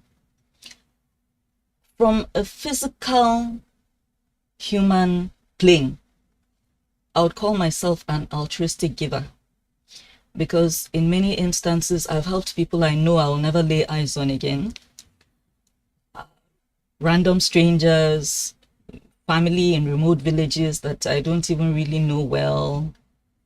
And even people I know, if I help you, I take my mind off it and move on with my life. If I ever come to you for a favor, it's not because I helped you before, it's because you are the only person I know to run to in this time. But am I totally altruistic? No. When I'm giving you, because of my faith, which says that for you to further your relationship with God, you require both faith and works. I'm giving you from a perspective of works. I'm not expecting anything from you. You're expecting from God. But I'm really hoping that God is taking down some notes. So if you look at it from that perspective, am I being totally altruistic? Or am I hoping that this good deed I'm doing you, maybe one day, somehow, goodwill will flow my way, even if not from you, from another person, as a result of this good deed I've sent out into the universe, into the world? Am I hoping that as a result of this good deed I'm doing for you, somehow it will manifest itself in my children's lives? If we look at it from that angle, I am expecting to get something, even if not as a direct benefit from the person I helped. I'm hoping that somehow, somewhere, goodwill flows back my way, which is exactly what he said. That the only way you can store up goodwill for yourself is by giving. So as human beings, we all expect something in return, regardless of race, creed, religion, and so on and so forth. We are expecting that when we do good, good will happen to us. That is why even in the Bible, you see the philosophical question in Psalms, somewhere that says that you will find people complaining that, oh, why do bad things happen to good people? Mhm. That is because collectively, as a collective, as human beings, we expect that when you do good, good should come your back way. to you. You understand? Yeah, So if you totally. look at it from that perspective, are there any humans that are actually fully and completely altruistic? I don't know, because from your description I found out that pretty much all of us are like that. Well, you know, guilty of that we in do some way. things we do things believing not that the person will pay us back, believing that the heavens will record it, and for someone like me it's always okay, God please find a way of pushing this blessing to my children usually so that they, wherever they go to, they can find favor, Exactly. that I've given to other people. But then I want to go back to what you said when we started about what to give. It is not always material, like you said, in kind or in cash representing material. I find out that a lot of people believe, oh, she's complete, oh, he's complete, there's nothing she needs. And I keep telling them it's not always like that. It's not always that. My mom will tell you that you know how to do big things, you forget the small ones. Meanwhile, the small ones, somebody has to do it for you. I was moving out of a place, and constantly the security people will ask you for a token when you're passing. And you give. If you don't have, no problem. That particular day was on a weekend. I had duvet and stuff like that to take to the dry cleaners. These dry cleaners are young people too, boys. And that man asked me for breakfast. And I'm like, what's wrong with your hands? Do you ever ask if I have things to do? I'm not asking you to give me anything. Do you know that you can start a business of your own? By even just coming around to ask us, please bring your clothes, I'll wash it for you when I'm done with my chore or my duty. You go and wash that clothes, hang it. Whether or not you iron it is inconsequential, but if you iron it, it's added stuff. Just do it for the person. And if it's okay, the person will give you money. Or you can do it as business rather than start begging. Yeah. I have a friend who till today I have never seen. He's in Maiduguri. And we've been friends for 8 years. On Facebook? Not Facebook, Okay. phone call. Okay. 8 years. We've never seen. I don't know what he looks like. He probably doesn't know me. But one thing led to the other. Our numbers came to be. Do you know that this person will always call me to share one problem or the other? And I give my solution the way I know it. And he will thank me, say, sis, thank you very much. He just needs, encouragement, words. That's given. True. Some of us don't even know that if you see somebody who is working hard, telling the person, well done. It's a lot of giving. It's big. It's big. You do a good job. Your bosses in your office do not know that once in a while they should tell you your job is good, your job is brilliant. They are not doing that.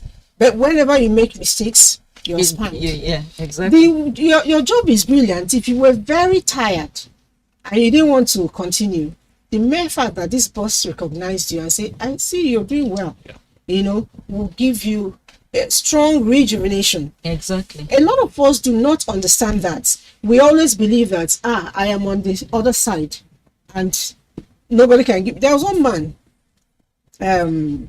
when I had my second baby, I had issues with breast milk and all of that. He came around. Somebody whispered I was having breast milk problems and all of that.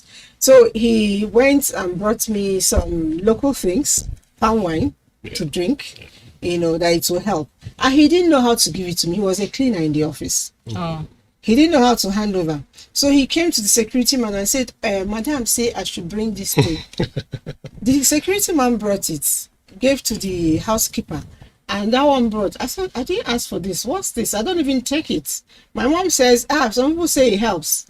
You know, another story, I took it and I punched and I never took it again. I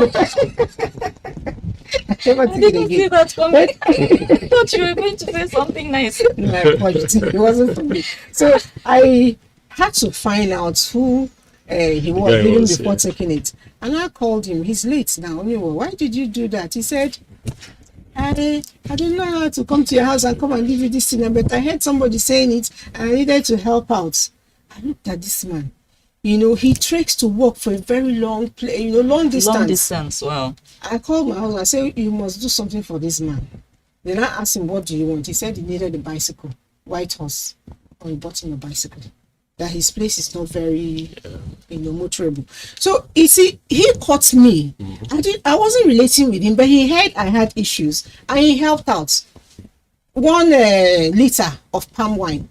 So a lot of times we do not understand that we can give to people who we think are already bigger than have us. too much. And in his own case, he probably wasn't even expecting anything. I don't think he was. He probably was. Because he was actually doing it in hiding. He felt I was too small to talk to this woman, So a lot of times it happens.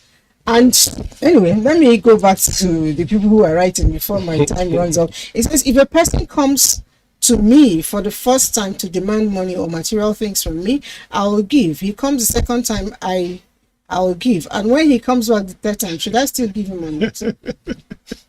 Very good question. So this is very interesting, by the way. So, and the truth is this: we all, go out there. Sometimes you go to church, and before the last prayer is said, a lot of people are waiting, consistently asking for money and so on and so forth. So me, for instance, the last thing I do right now is go and come out and start giving money, because you discover that it just becomes a ritual. So basically, straight to this question, it is making the person lazy. So I think that person has become a case for further investigation. Exactly. Find out what is the person doing, because you can't keep giving all the time. You can empower the person. And that is what people, we do in Rotary, for instance. We find such people and we get you into a hub and they try to teach you something and empower you.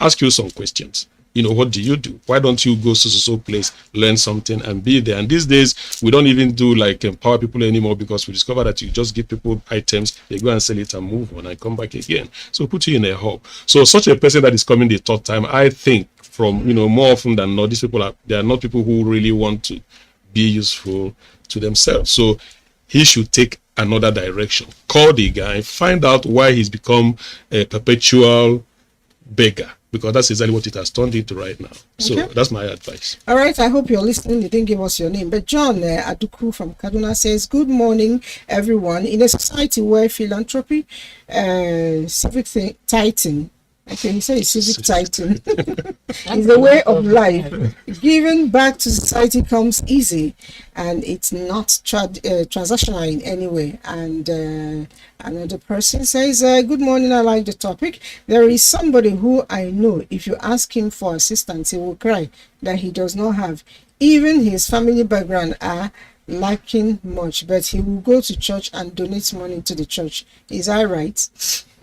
Meanwhile, there are people who make it a habit of giving churches bounced checks.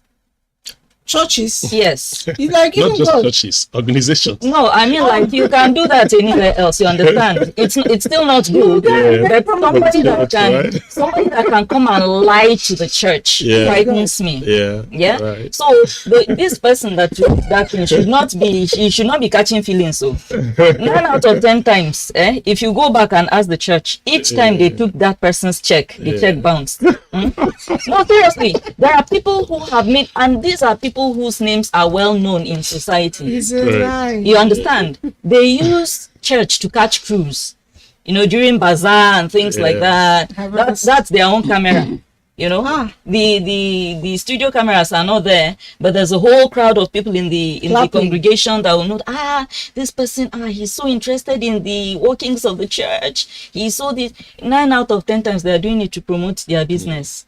You know, because if you project yourself as somebody who is so interested in what is happening in church, you are a knight, there are pictures of you doing handshakes with the Pope and all of these things, it raises your street cred now, at least with the congregation. And there's one particular notorious fellow whose name I will not mention. The way you were saying it, I knew there was somebody. I will certainly never mention his name. But I got messed up with him money wise, and by the time, because we're both Catholic, by the time I started running from one priest to another to intervene. This is somebody, the last verse asked if he gave us check of 150,000. And we never clear. And this is 9 months later. And he did it the other year too. And the other year. They will be whispering because they are not things. You understand? So that person should stop catching feelings. Okay. If you go to that church and ask, those checks bounce. He's in business. Okay. Thanks. I am the richest yet without money. I'm a teacher. I give and impact knowledge to people regardless their background. This is absolutely true. I believe you. Teachers are great givers, but though some of them also give you a lot of caning as well. Giving helps you grow spiritually. Thank you. Good morning. And let's see what we take some more. Giving is born. Reward comes from God. That's you didn't write your name.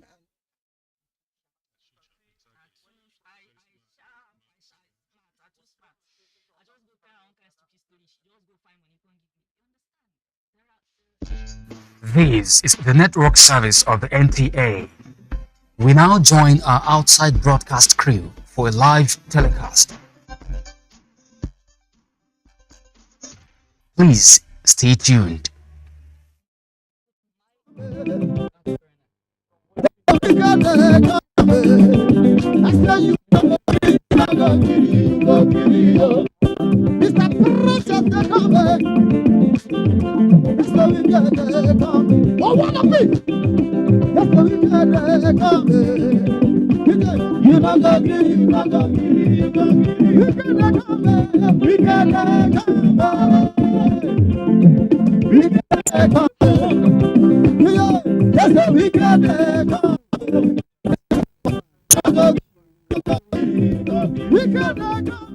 Good afternoon and welcome.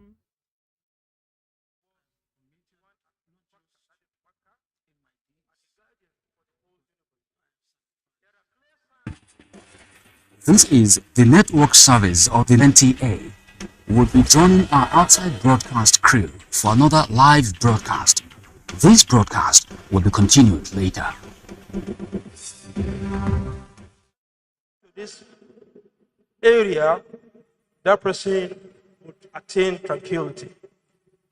Just to say the significance of tranquility. When we look at the Quran, many injunctions contained therein, it is replete with those injunctions that is narrating and explaining to us the significance of security and tranquility. Allah also. Thank you very much for staying tuned with the network service of the NTA, the largest network service in Africa. Today we are at the National Mosque Abuja, venue of the Jumat prayer for the Armed Forces Remembrance Day celebration 2023. And so far, the sermon of the Imam is being translated into different languages, where the Imam has tried to call upon every individual and citizen to be upright, to be supportive of the Nigerian armed forces, and always work for the peaceful coexistence and unity of the country. Of course, the Armed Forces Remembrance Day celebration is one important national event that is being commemorated annually in the country, which is climaxed on the 15th of January. Today's Jumat sermon is one of the activities lined up to commemorate this year's celebration.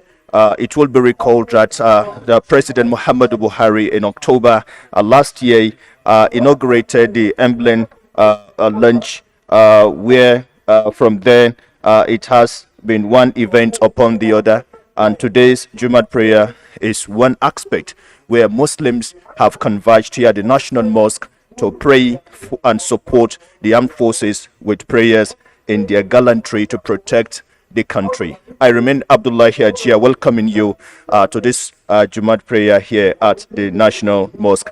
Stay tuned as we proceed. Our respective institution, the curriculum of the country should reflect that which would encourage peace and security and not otherwise. The Islamic scholars, the preachers of society, the role models of the majority of the faithfuls should also watch what they say and what they preach on their respective podiums. Is it what will promote peace or otherwise? And the Imam also take the time to also send his word of commendation and gratitude to the entire armed forces for the obvious successful operations they have launched in this country, for the victory they have recorded so far. That is very obvious. Everyone can see that. He prays that Allah subhanahu wa ta'ala will continue to protect them. But he wants to give 3 recommendations for the government, for the armed forces, and for the generality of the citizens in Nigeria. Number 1, what is required of the government is to ensure that all the necessary equipments, encouragement, and whatsoever sources of motivations that are needed by the armed forces are made available to them. This will serve as, motivations to them. Secondly, the issue of corruption that has, eaten deep into our system in the country should be discouraged among the administrators of the security apparatus of the country. And lastly, for the citizens, we are to continue to respect the efforts of the armed forces. Wherever we see them, wherever we come across them, we should always show them respect. Show them utmost regard for the sacrifices they render on day in, day out for the stability and the territorial and the protection of territorial integrity of our country. These armed forces include the soldiers who fight on the field, the Navy, and the Air Forces. They all work together to ensure that our country is safe. If, for instance, we happen to see them in the banks and we are on the queue, we should take our time to allow them to show them respect, allow them to use the service before us. This will send messages back to them that, yes, we appreciate what they are doing for us in the country. We pray Allah subhanahu wa ta'ala to continue to assist them. And for those who have gone to Allah subhanahu wa ta'ala, the Imam says the whole community, everyone should ensure that the family they have left behind are well taken care of. If you do this, those that are alive would be far assured our people know the importance of what we are doing. Allah subhanahu wa ta'ala bless them and reward them with Jannat al-Firdaus. Wassalamu alaikum wa rahmatullahi wa barakatuh.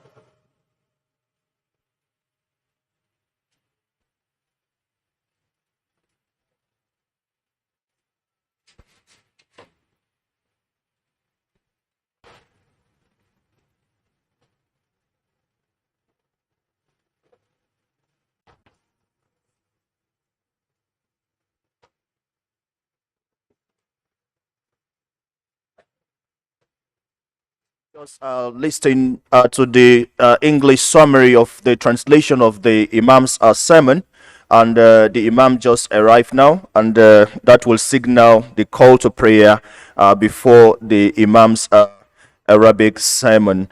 And attendance so far cuts across members of the armed forces, the diplomatic community, and government functionaries who are representing one ministry or the other are also in attendance, and of course worshippers are also here. Allahu Akbar, Allahu Akbar. أشهد أن لا إله إلا الله. أشهد أن لا إله إلا الله. أشهد أن محمدا رسول الله.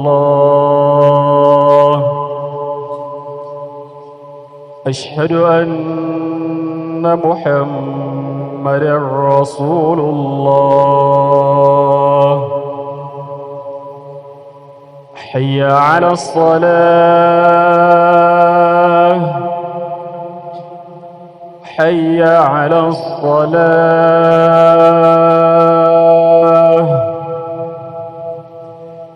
حي على الفلاح.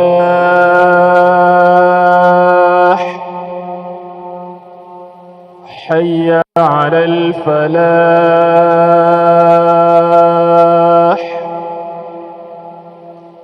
الله أكبر الله أكبر.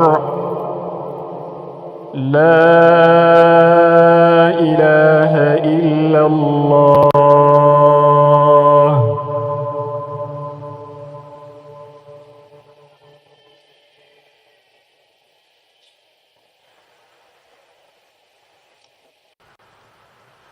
الحمد لله. الحمد لله القائل: أولم يروا أنا جعلنا حرما آمنا ويتخطف الناس من حولهم أفبالباطل يؤمنون وبنعمة الله يكفرون. وصلى الله وسلم على سيدنا محمد المبعوث رحمة للعالمين القائل: من أصبح آمنا في سربه معافا في بدنه عنده قوت يومه فكأنما حيزت له الدنيا وما فيها. أشهد أن لا إله إلا الله وحده لا شريك له، وأشهد أن سيدنا محمدا عبده ورسوله وصفيه في خلقه وحبيبه. أما بعد، أيها المؤمنون عباد الله، إن من أجل وأعظم نعم الله سبحانه وتعالى على العباد نعمة الأمن أو نعمة الأمن. هذه النعمة التي قرنها الحق سبحانه وتعالى بالتوحيد في التنزيل، فقال عز من قائل: وإذ قال إبراهيم رب اجعل هذا البلد آمنا واجنبني وبني أن نعبد الأصنام. فقدم الحق سبحانه وتعالى الدعاء بالأمن قبل الدعاء بالتوحيد، وناهيك بالدعاء بالتوحيد أو بالتوحيد مكانة عند الله. وغير هذه إخوة الإيمان من الآيات التي تدل على جليل مكانة الأمن لدى الإنسان، بل لدى رب الإنسان. فالحق سبحانه وتعالى جعل المدينة النموذجية بين المدن في العالم موسومة بالأمن، جعل الأمن سمة هذه المدينة. وتلكم مكة المكرمة التي دعا إبراهيم عليه السلام الحق سبحانه وتعالى بالأمن فيها، وحقق الله واستجاب لدعاء إبراهيم فجعلها آمنة. وقال عز من قائل: أولم يروا أنا جعلنا حرما آمنا. وقال عز من قائل: إن أول بيت وضع للناس للذي ببكة مباركا وهدى للعالمين فيه آيات بينات مقام إبراهيم من دخله كان آمنا ولله على الناس حج البيت من استطاع إليه سبيلا إلى آخر الآية. من دخله كان آمنا. فكأن الله سبحانه وتعالى يعلمنا كيف ينبغي أن تكون البلدان، كيف يجب أن يسير الإنسان علاقته مع أخيه الإنسان على وجه الأرض، أي يجب أن تكون مبنية على الأمان، على الاستقرار. بل نجد حتى مقاصد الإسلام الضرورية إن الله سبحانه وتعالى ضبطها وأحسن تحكيمها بالأمن والسلام. فالصلاة التي هي أولى شعائر الدين نجد أن الله سبحانه وتعالى يأمر بأدائها بعد توافر الأمن. ونعلم أن ما لا يتم الواجب إلا به فهو واجب، ونعلم أن من الفروض ما يطلق عليها فروض المقاصد ومنها ما يطلق عليها فروض الوسائل. فكأن أول فرض وسائلي للصلاة هو الأمن. قال عز من قائل: فإذا قضيتم الصلاة فاذكروا الله قياما وقعودا وعلى جنوبكم فإذا اطمأننتم فأقيموا الصلاة إن الصلاة كانت على المؤمنين كتابا موقوتا. فإذا اطمأننتم فأقيموا الصلاة. وقال عز من قائل: حافظوا على الصلوات والصلاة الوسطى وقوموا لله قانتين فإن خفتم فرجالا أو ركبانا. فإذا أمنتم أي كأن الله سبحانه وتعالى يعلق دائما الذكر، الصلاة، العبادة بالاطمئنان والأمان. فكأن الأمان هو شرط العبادة، أو كأن الأمن هو شرط العبادة. فإذا كان الأمن إخوة الإيمان بهذه المثابة، بهذه الأهمية عند الله سبحانه وتعالى، فيجب علينا جميعا أن نتعاون وأن تتضافر أيدينا على توفيره. فالأمن ليس مسؤولية إدارية تناط فحسب بالقوات المسلحة أو بالأجهزة الأمنية. فالأمن وتوفيره واجب كل إنسان، واجب كل مسلم. فعلى جميع المواطنين أن يتعاونوا، أن يتكاتفوا، وذلك البر إخوة الإيمان. فإذا كان التعاون على تحقيق هذه الركيزة الأساسية التي يقدمها الحق سبحانه وتعالى على التوحيد، ويقدمها كذلك في أماكن أخرى على الرزق، ونعلم مدى أهمية جلب الرزق عند الإنسان، ولكن الحق سبحانه وتعالى يقول في آية أخرى في سورة البقرة: وإذ قال إبراهيم رب اجعل هذا بلدا آمنا وارزق أهله من الثمرات من آمن منهم بالله واليوم الآخر. قال ومن كفر فأمتعه قليلا ثم أضطره إلى عذاب النار وبئس المصير. اجعل هذا بلدا آمنا وارزق أهله من الثمرات. فقدم الحق سبحانه وتعالى الدعاء على لسان إبراهيم بالأمن على الدعاء بالرزق، كما قدم في الآية الأولى الدعاء بالأمن على التوحيد نفسه، وناهيك بالتوحيد مكانة عظيمة عند الله سبحانه وتعالى. فلا شك أن الأمن وكل ما يجلب إلى الأمن إخوة الإيمان من أفرض الفروض، من آكد الواجبات، من ألزم الملزمات، من أهم ما يجب على كل مسلم بل على كل مواطن أن تتكاتف أيديهم على تحقيقه، وهذا من باب التعاون على البر والتقوى الذي أمر الحق سبحانه وتعالى به، فقال وتعاونوا على البر والتقوى ولا تعاونوا على الإثم والعدوان. إخوة الإيمان، ليس مما يخفى على أحد أن بلادنا تمر بتجارب عصية. هذه التجارب، هذه المحن التي تحتاج إلى تضافر الأيدي كما قلنا، التي تحتاج إلى كل واحد منا أن يكون رسول سلام، أن يكون رسول أمن وأمان، أن يكون مسؤولا في تحقيق الأمن وإثبات السلام بين البشر. عباد الله، إن الله أمركم بأمر بدأ فيه بنفسه وثنى بالملائكة المسبحة بقدسه وثلث بالمؤمنين من جنه وإنسه، فقال عز من قائل عليما: إن الله وملائكته يصلون على النبي يا أيها الذين آمنوا صلوا عليه وسلموا تسليما.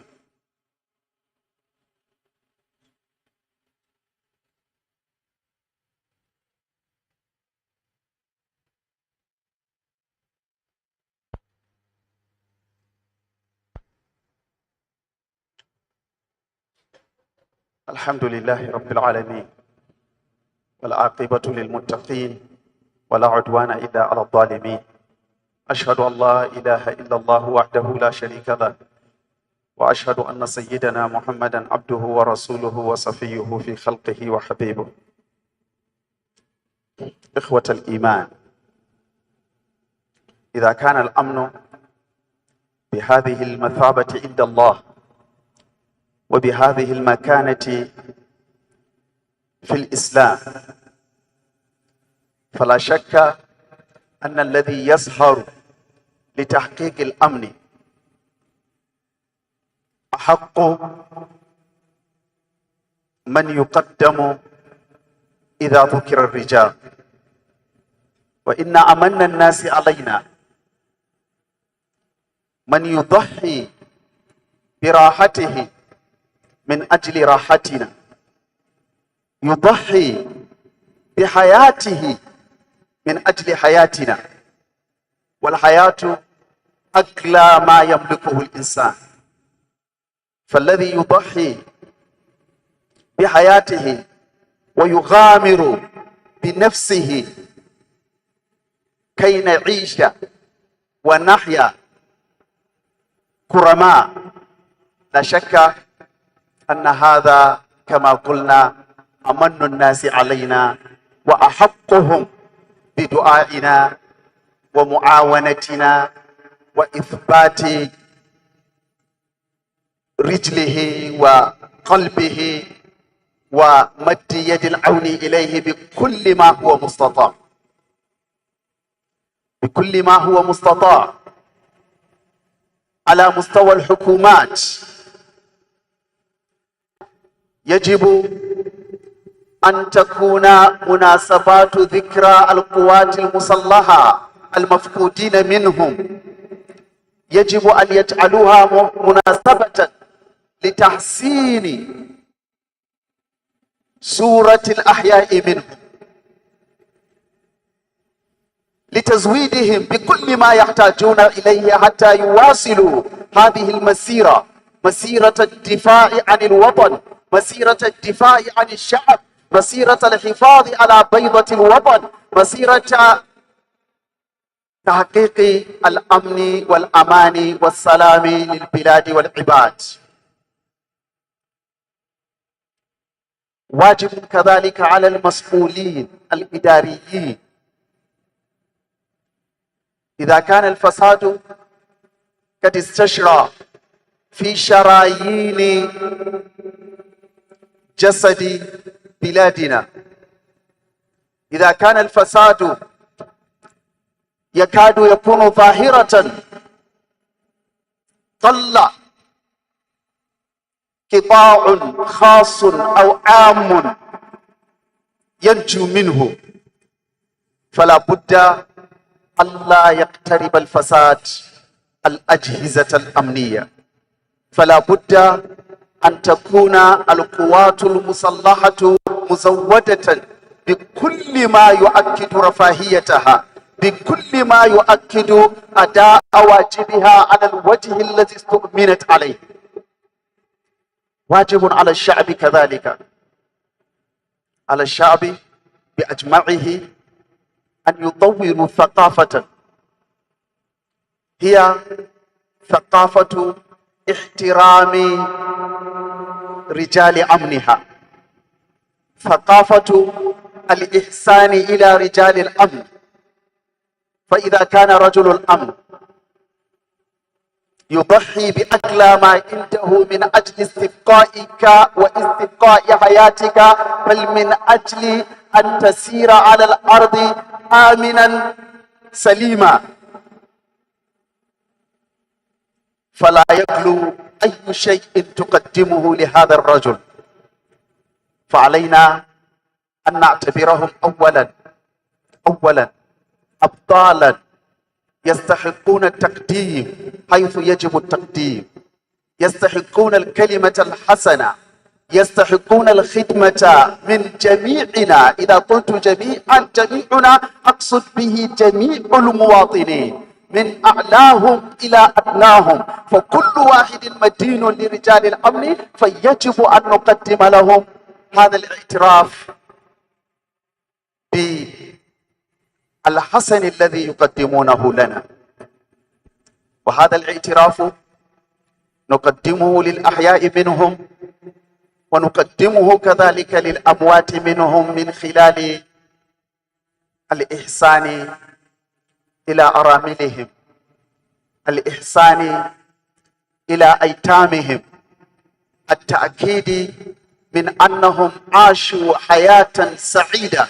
فإذا كان أبوه ضحى بحياته من أجلي وأجلك، فلنكن نحن أنا وأنت أبا له، فلنكن نحن أنا وأنت كافلا له، ما دام الذي يتكفله ضحى كما قلنا بأغلى ما عنده وتركه في يدي وفي يدك. فيجب أن نطور ثقافة.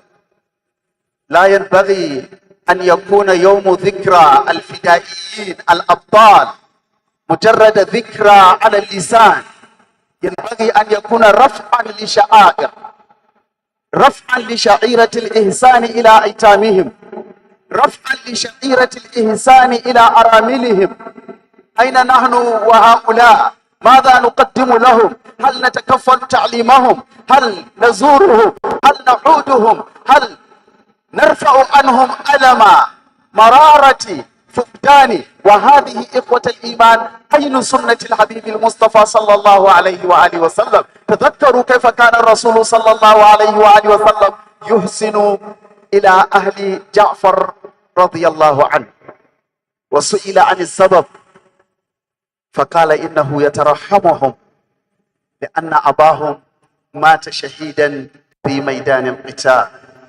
وكان رسول الله صلى الله عليه وسلم لا يترك أهل بيت في المدينة كلها إلا أهل بيت أم سليم، وسئل عن ذلك فقال إنه صلى الله عليه وسلم يترحمها لأن أخاها قتل معه في الحرب. إخوة الإيمان، أين نحن من هذه السنن؟ كم زرنا ممن قتل من أجل الدفاع عنا؟ فعلينا أن نطور هذه الآداب لتكون آدابا دينية جديدة، سننا ميتة نهيها، ثقافة جماعية يقوم بها الجميع، واجبا دينيا وواجبا وطنيا وواجبا إنسانيا كذلك. اللهم إنا نسألك رضاك والجنة ونعوذ بك من سخطك ومن النار. ربنا آتنا في الدنيا حسنة وفي الآخرة حسنة وقنا عذاب النار. اللهم اجعل بلادنا أمانا سخاء رخاء وسائر بلاد المسلمين يا رب العالمين. اللهم إنا نسألك العفو والعافية والمعافاة الدائمة في الدنيا دين والدنيا والآخرة، إنك على كل شيء قدير. اللهم اغفر لحينا وميتنا وكبيرنا وصغيرنا وذكرنا وأنثانا وحرنا وعبدنا وحاضرنا وغائبنا وطائعنا وآصينا برحمتك يا أرحم الراحمين. اللهم اجعلنا هادين مهتدين غير ضالين ولا مضلين، سلما لأوليائك وحربا لأعدائك، نحب بحبك من أحبك ونعادي بعداوتك من خالفك.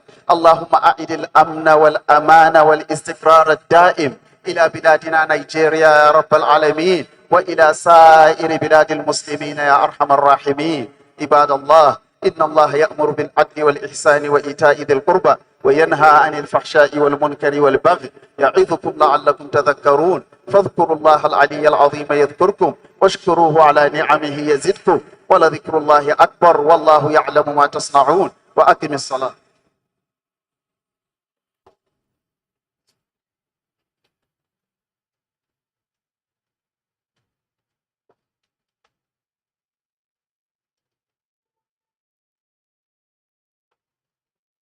الله أكبر الله أكبر، أشهد أن لا إله إلا الله، أشهد أن محمدا رسول الله.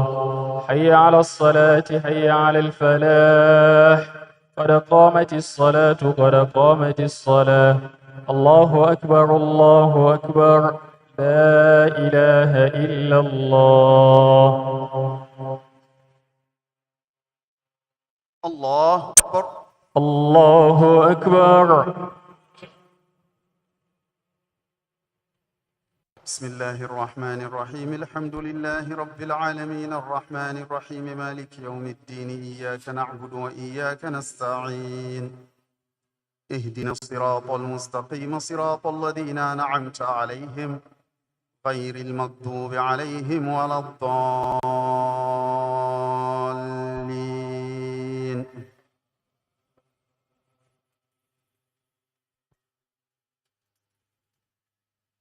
القارعة ما القارعة وما أدراك ما القارعة، يوم يكون الناس كالفراش المبثوث وتكون الجبال كالعهن المنفوش، فأما من ثقلت موازينه فهو في عيشة راضية، وأما من خفت موازينه فأمه هاوية، وما أدراك ما هي، نار حامية.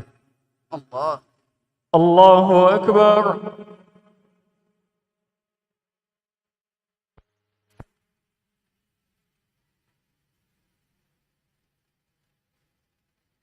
سمع الله لمن حمده. ربنا ولك الحمد.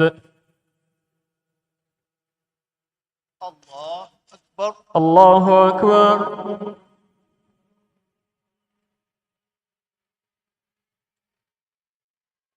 الله أكبر الله أكبر. الله أكبر الله أكبر.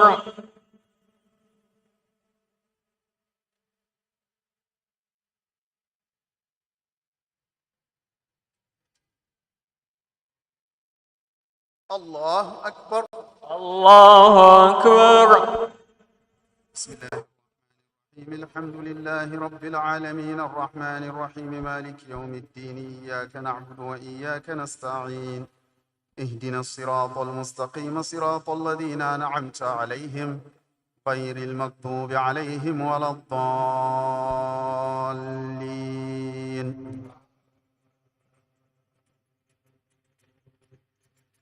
لإيلاف قريش إيلافهم رحلة الشتاء والصيف، فليعبدوا رب هذا البيت الذي أطعمهم من جوع وآمنهم من خوف. الله أكبر.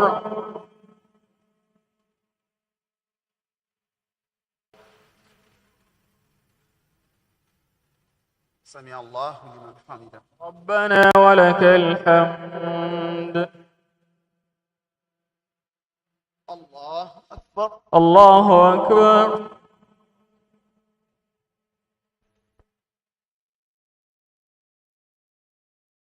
الله أكبر الله أكبر الله أكبر الله أكبر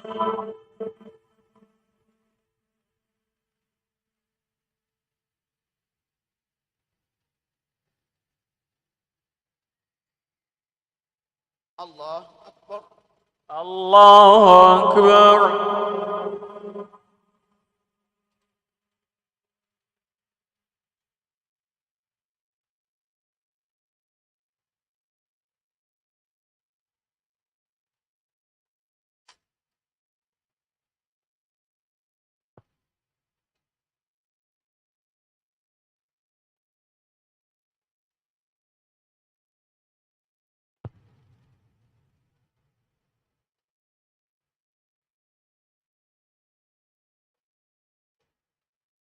السلام عليكم ورحمة الله. السلام عليكم ورحمة الله. السلام عليكم ورحمة الله. السلام عليكم ورحمة الله.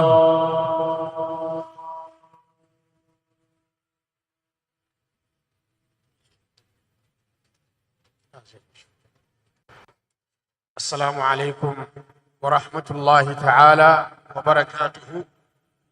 Now the Imam is going to offer special prayers for the armed forces of the Federal Republic of Nigeria, for the peace and tranquility, and for the nation, for the leadership, as well as peaceful conduct of 2023 general election, inshallah.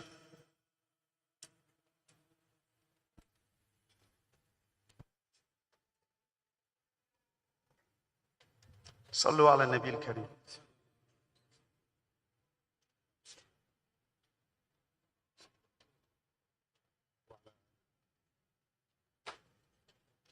إلهنا ضاقت بنا الحيل وضلت بنا السبل وتقطعت بنا الأسباب وسدت أمامنا جميع الأبواب فلا نعول إلا عليك ولا ملجأ منك إلا إليك يا غياث المستغيثين ومجيب دعوة المضطرين ويا ناصر المستضعفين.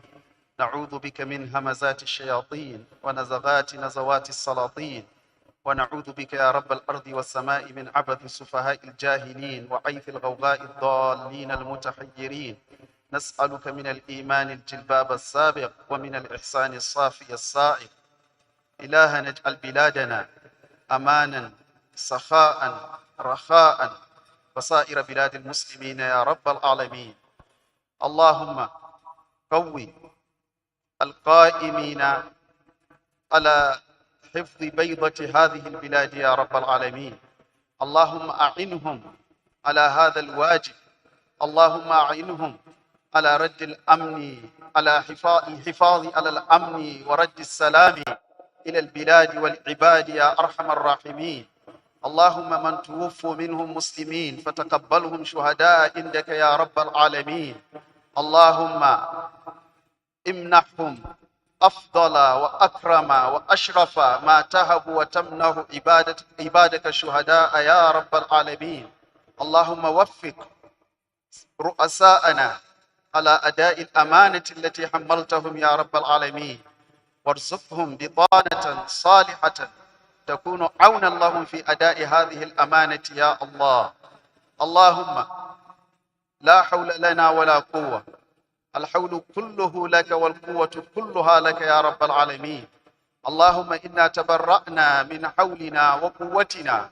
اللهم دبر لنا وقدر لنا. اللهم دبر لبلادنا واختر لها من هو الخير لها يا رب العالمين. اللهم إذا اخترت فلا تتركهم إلى فتنتهم ولا تتركهم إلى حولهم ولا تتركهم إلى قوتهم، فتولهم بكلاءتك وحولك وقوتك يا رب العالمين. واجعلنا كلنا يا رب العالمين خير رعايا لخير رعية. اللهم لا تجعلنا شر رعايا لشر رعية يا رب العالمين. اللهم إنا نسألك خير المسألة وخير الدعاء يا أرحم الراحمين. اللهم إنا نسألك رضاك والجنة ونعوذ بك من سخطك ومن النار. سبحان ربك رب العزة عما يصفون وسلام على المرسلين والحمد لله رب العالمين.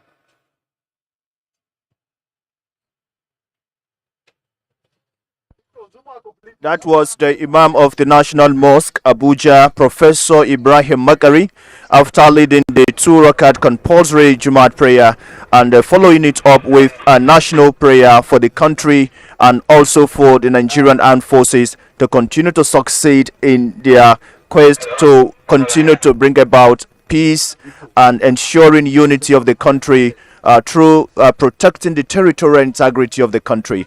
And it is a day the Imam has encouraged the Nigerian military and also citizens to continue to support the armed forces towards finding lasting peace in the country, especially in troubled areas.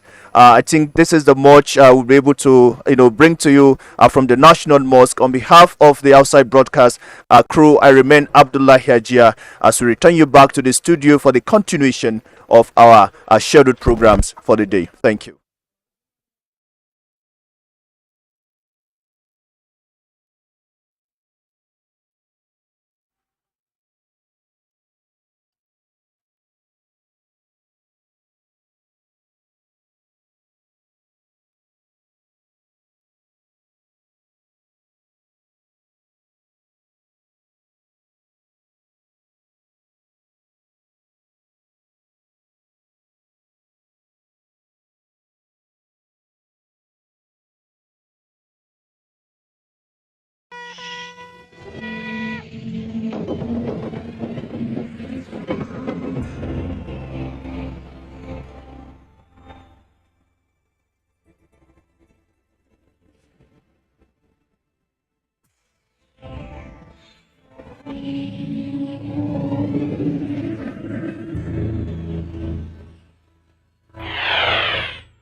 NTA, you can't beat the rich. 24 hours a day, 7 days a week.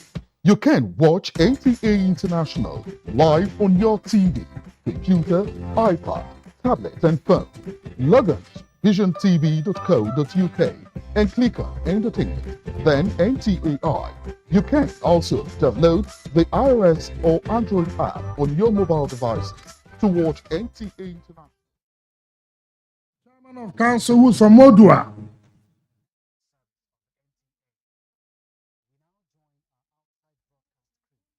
Live telecast. Please stay tuned. All the people who are from Modua here, Abuja, will always feel that yes, God, we have been playing politics. We have been playing politics. People have made promises. Nobody has come to fulfill the promises. But we have made promise and we have come to fulfill the promise we have made.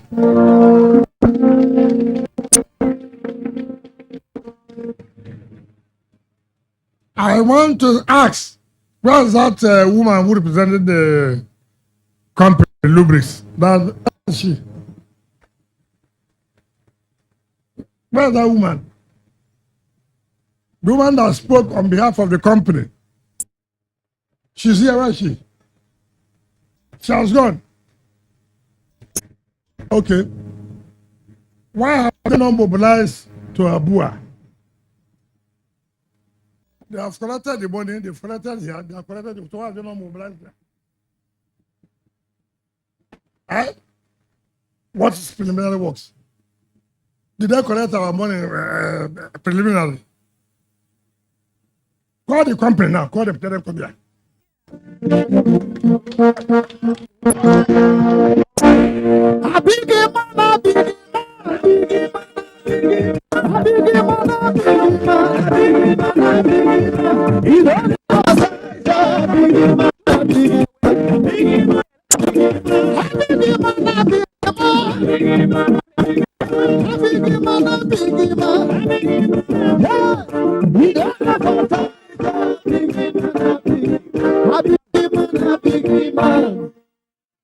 Do you understand English?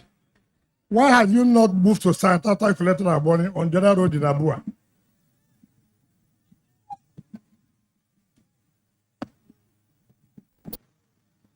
First of all, Good afternoon to all.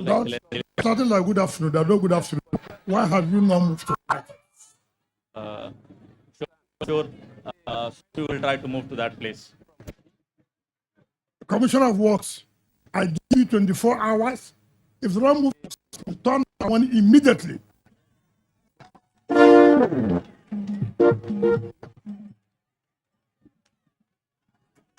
We get, my governor.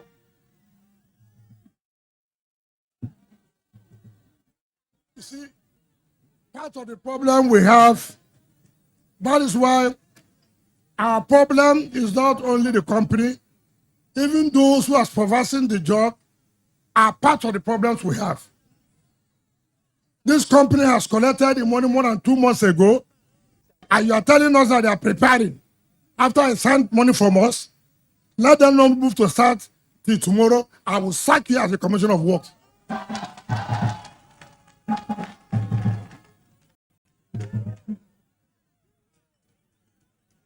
My dear people, there's no basis for it.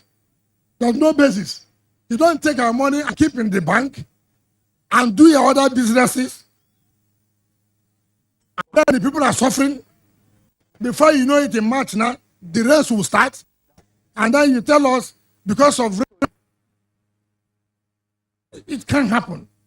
It can't happen.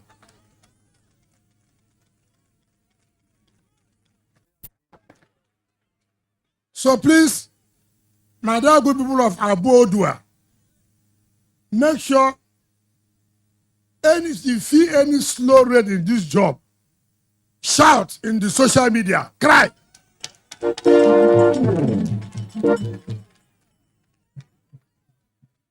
And I will know, and when I know, make sure, in fact, the chairman of council, you must be giving me monthly report of what is going on in these 2 roads in Abuja. I don't only want to depend on the report from Ministry of Works. In fact, what I will do now is to appoint people who will be my special assistants on these 2 roads. So that we will monitor what the... I can't believe this. When people go, you collude with them. Now, my dear people of Odua, you know, politics is people talk to people, understand. Not be do for me, you fall for me. You know,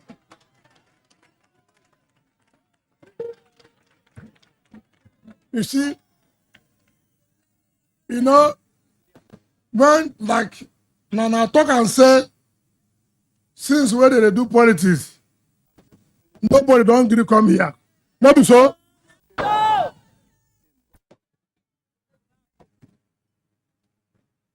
Most people, they be promised and fail. Not be so. Now, they go come to and say, more can I give them vote? And I go give them. I will give them. You see, in this world, what would they our president show what you give to our people? No, be am. If you want to ask for do, who do I say? He bring for us. So, if they come for promise, he give them promise too. No, be so. No, be so. As me, I bring project, he give vote. No, be so. No, be so. Since your mama bought them, turn them out of you. Since your mama bought them, turn them out of you. I said, since your mama bought them, turn them out of you. So, as we will come out to our we don't come down the people to our say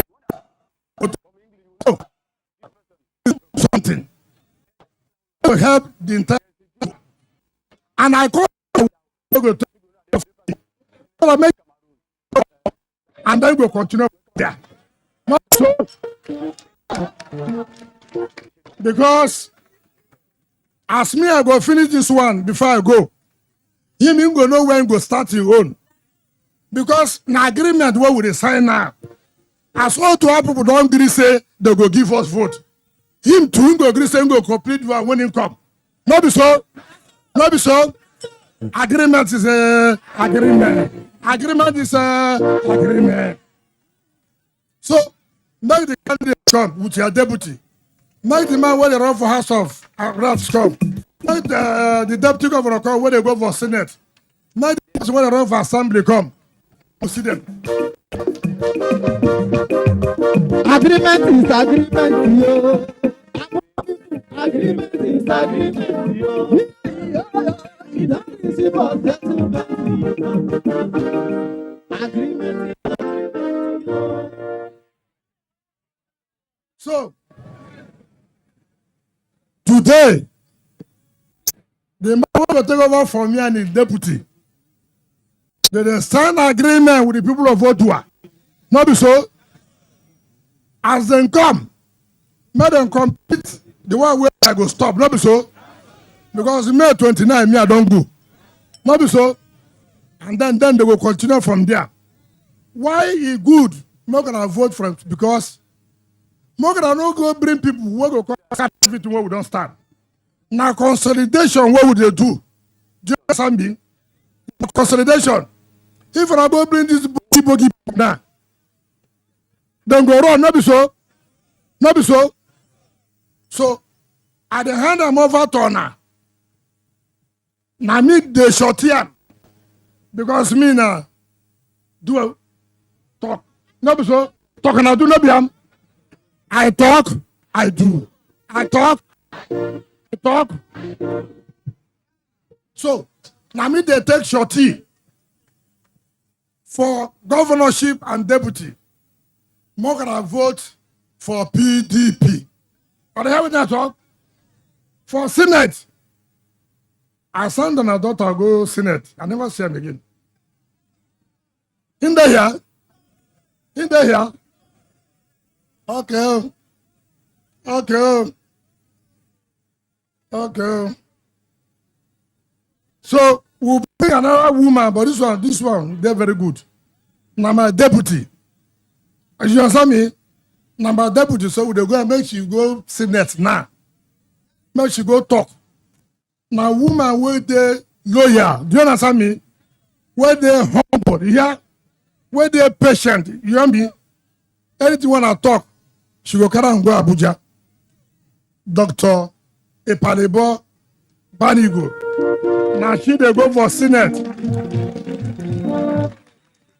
For House of Reps. Now Honorable Solomon Bob, come.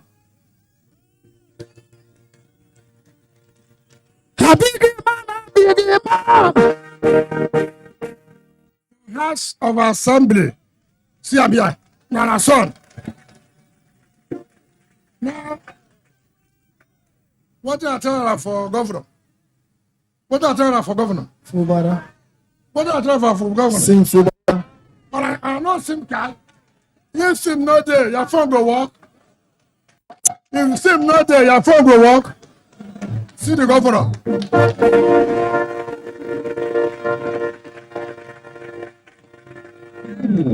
And I go vote for him. And I go vote for him. And I go vote for him. And I'm sure.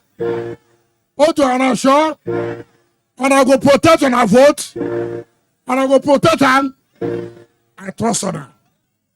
Now for the other one, agree them and council chairman, they will come tell on her what you know go do.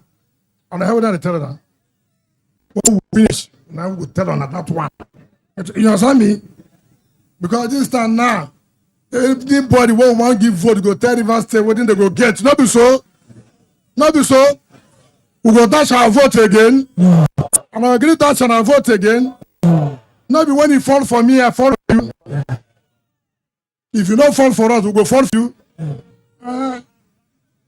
Yendeba, don't be so. So, let me thank you and invite our dear leaders Let me assure you, on this road, even though we have mobilized them, on Monday again, I will pay them another money so they will not touch them my money who lost. Also, this joke, this road, now my own personal project. Do you understand me? Now my personal project. This project now my own. Do you understand what I mean? When I was coming here, I was telling the people waiting for a car with me that it is unfortunate. Now it's very unfortunate that these people are part of our state, and yet there's no development in this area. It's unfortunate. But like I said, God's time is the next. We will make sure at least 70% of the communities are opened, and then May 29th, let our successor give her the remaining 12 kilometers so they can reach Mego, Uguga, whatever you call it. So don't allow anybody to come here to talk to you on anything. No. When they come, tell them somebody go through road. Tell us the road know the way we take come out. Not be so. Tell us that big no road, no road. Not be now where we don't come open and they come enter. You go agree that to enter? You go agree that to enter? Well, I'm not gonna join me more, we'll go flag them off. Thank you. God bless you.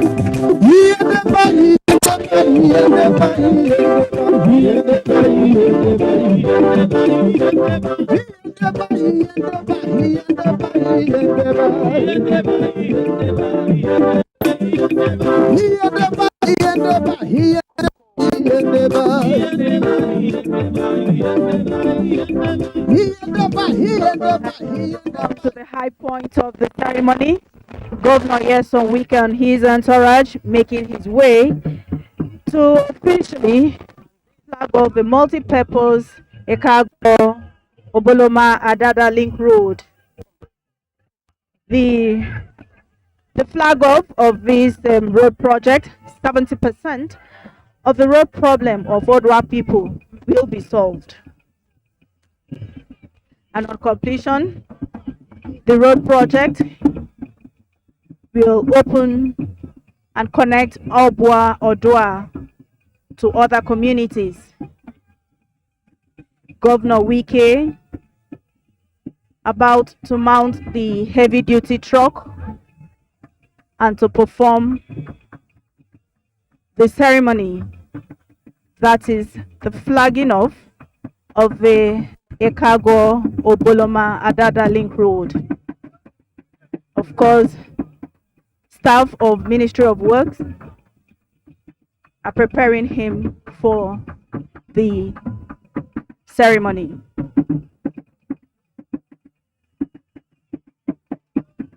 And just a quick reminder, the Obwa Odwa is a brother community.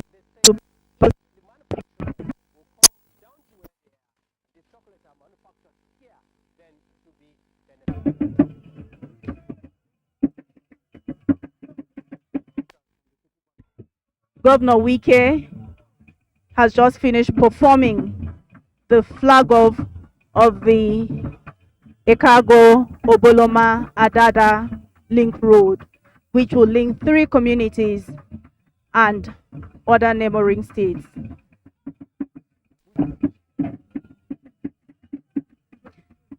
The people of this community are out here in their numbers to thank Governor Wike for opening up the road.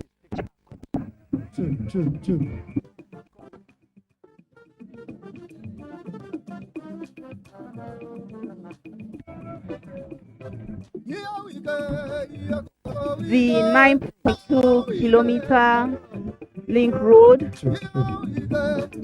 is one of the many signature projects of Governor Yeson Wike. This is because it links 3 communities and the neighboring state of Bayelsa State. The national anthem.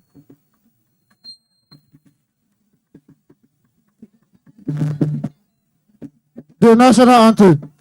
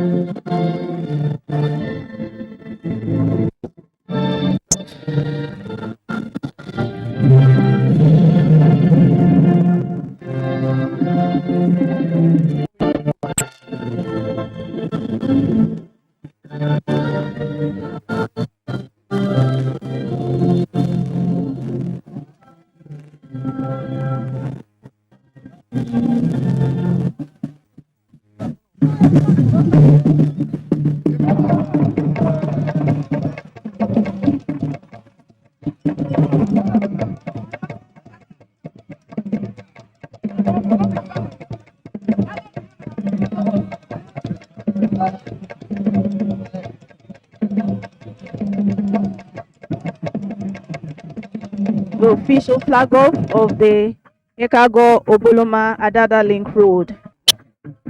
On behalf of the outside broadcast crew, we thank you for watching.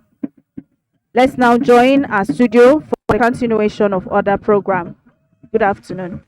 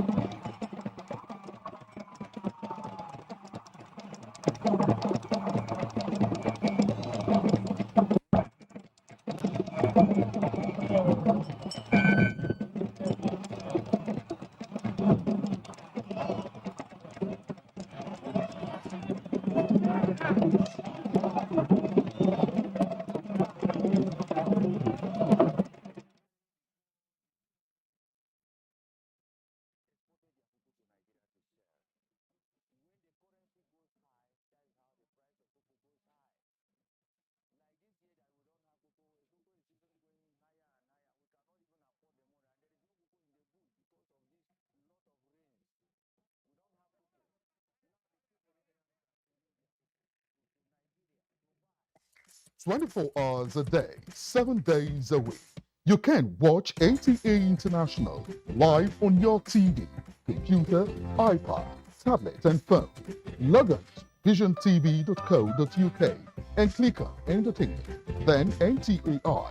You can also download the iOS or Android app on your mobile devices to watch NTA International on the go, anywhere in the world. NTA International, your window to the world.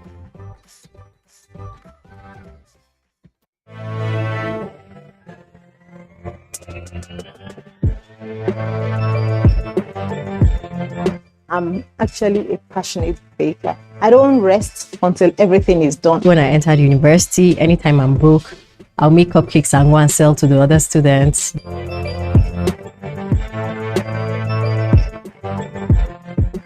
Decorating cake it's an artistic thing, and art is, dynamic. Join us on Baker's World every Thursday on the network service of the NTA. Baker's World, celebrating creativity. Don't miss it.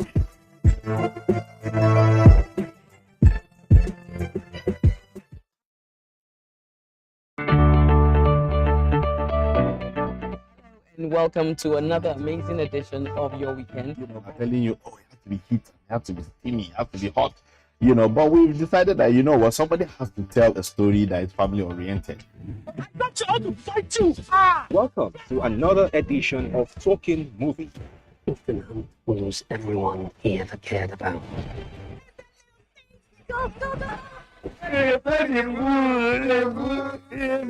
See, when you say plural, you can't call water. You can't see, you don't excavate water.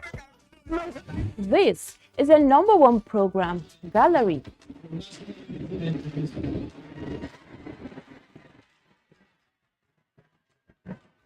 Do you love to gist or gossip? It's not